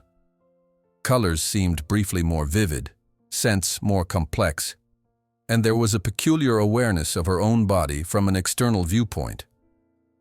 Connection established. Novak's voice seemed to come from very far away. Remarkable synchronization on the first attempt. "Morgan, can you hear me clearly?" "Yes," Morgan managed, her voice sounding strange to her own ears. "It's different than I expected." "That's normal," Kingsley assured her, his voice closer now. "Take a moment to acclimate. When you're ready, try focusing on a simple image, something concrete that Eclipse would recognize." Morgan centered herself, then brought to mind an image of a carrot, Eclipse's favorite treat. She visualized it as clearly as possible, focusing on its orange color, its distinctive shape, its crisp texture. For a long moment, nothing seemed to happen. Then, to her astonishment, Eclipse nickered softly and turned his head toward the preparation area, where treats were typically kept. Several researchers exchanged excited glances, and Dr. Novak's fingers flew across her console. "Transmission confirmed," she announced, her voice tightly controlled but unable to completely hide her excitement. "We're registering pattern recognition in Eclipse's visual cortex consistent with the target image." Kingsley moved closer to Morgan, his expression intense. "Now try something more complex, an action or activity that you share with him." Morgan focused her thoughts on their morning training sessions, the feeling of riding Eclipse through a perfect dressage pattern, the harmony of their movements, the joy they both seemed to find in the precision and grace of the work. This time, the response was even more dramatic. Eclipse shifted his weight, his muscles tensing slightly as if preparing for movement. His ears pricked forward, and his breathing pattern changed in exactly the way it did when they began a training session. "Extraordinary," Dr. Lawrence murmured, watching the real-time data flowing across his monitor. "He's showing the same physiological responses he exhibits during actual training: heart rate, muscle tension, neural activation patterns. He's not just receiving the image, he's experiencing the associated physical state." The session continued for the full 15 minutes, with Morgan transmitting increasingly complex images and concepts to Eclipse, who responded with remarkable accuracy. What amazed her most, however, was the sense that communication was beginning to flow in the other direction as well, fleeting impressions of Eclipse's perceptions and responses filtering back through the connection. When Dr. Novak finally deactivated the interface, Morgan felt a momentary sense of loss as the expanded awareness receded. She blinked, reorienting herself to the boundaries of her own consciousness. "How do you feel?" David asked, appearing at her side as technicians carefully removed the interface device. "Strange," Morgan admitted. "But not in a bad way. It was like having another perspective alongside my own, seeing things through different eyes." She looked over at Eclipse, who seemed calm and alert, showing no signs of distress. "How is he?" "All physiological parameters are within normal ranges," Dr. Lawrence reported, checking Eclipse's vital signs. "No indication of stress or adverse effects. If anything, he seems curious." As if to confirm this assessment, Eclipse nickered softly, looking directly at Morgan with an intensity that seemed new, as though he were seeing her differently now. Kingsley approached, his expression alight with controlled excitement. "Miss Hayes, what you and Eclipse just accomplished represents a significant breakthrough. The quality of the connection, the bidirectional nature of the exchange, it far exceeds our previous results with other pairs." Morgan rose from the chair on slightly unsteady legs, moving immediately to Eclipse's side. She placed a hand on his neck, feeling the familiar warmth and strength beneath her palm. "Hey, big guy," she murmured. "You okay?" Eclipse nudged her gently with his nose, his eyes meeting hers with what seemed like heightened awareness. There was something different in his gaze, not alien or disturbing, but a new depth of connection that transcended their already strong bond. The session was a complete success, Dr. Novak announced, reviewing the data on her tablet. Initial analysis shows information transfer significantly above our established baselines, with minimal signal degradation across complex conceptual categories. What happens now? Morgan asked, still gently stroking Eclipse's neck. We monitor both of you closely over the next several days, Kingsley replied, looking for any delayed effects or integration issues. Assuming all goes well, we'd proceed with the next session as scheduled, 1 week from today. Morgan nodded, her mind still processing the extraordinary experience they had shared.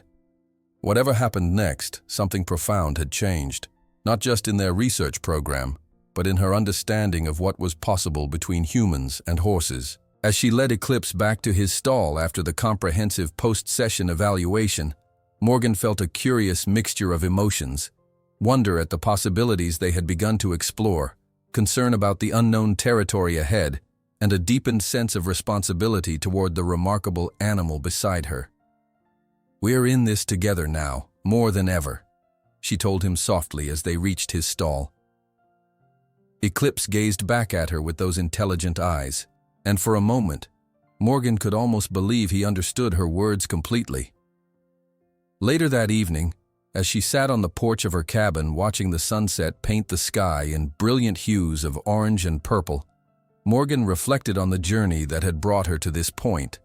From the heartbreak of losing Eclipse at auction to the astonishing frontier they now stood upon together, it was a path she could never have imagined when she first watched that magnificent black colt dancing across her family's pasture 5 years ago. Whatever the future held, further breakthroughs in cross-species communication, continued threats from the Foundation, the uncertain long-term effects of their neural connection, Morgan knew with absolute certainty that she would face it all with Eclipse by her side. Their partnership had evolved into something unprecedented, something that might one day change the relationship between humans and horses forever. The price paid at auction, that record-breaking $2.5 million that had seemed so shocking at the time, now appeared almost trivial compared to the true value of what Eclipse represented. Not just a champion stallion with rare genetic markers, but a pioneer in a new frontier of understanding between species, a bridge across an ancient divide. As darkness fell over Kingsley Equestrian Center, Morgan gazed up at the stars emerging in the velvet sky. The truth behind the record-breaking sale of a rare stallion had indeed been shocking, but not in the way she had initially feared. Instead of exploitation or cruelty, she had discovered a vision of connection and communication that transcended traditional boundaries, opening possibilities that might benefit both humans and horses for generations to come. It wasn't a perfect solution, fraught as it was with ethical complexities and unknown risks. But as Morgan felt the lingering echo of that extraordinary mental connection with Eclipse, she allowed herself to hope that they had taken the first steps towards something truly revolutionary, a world where humans and horses might understand each other more deeply than ever before, their ancient partnership evolving into something new and profound that neither species could achieve alone.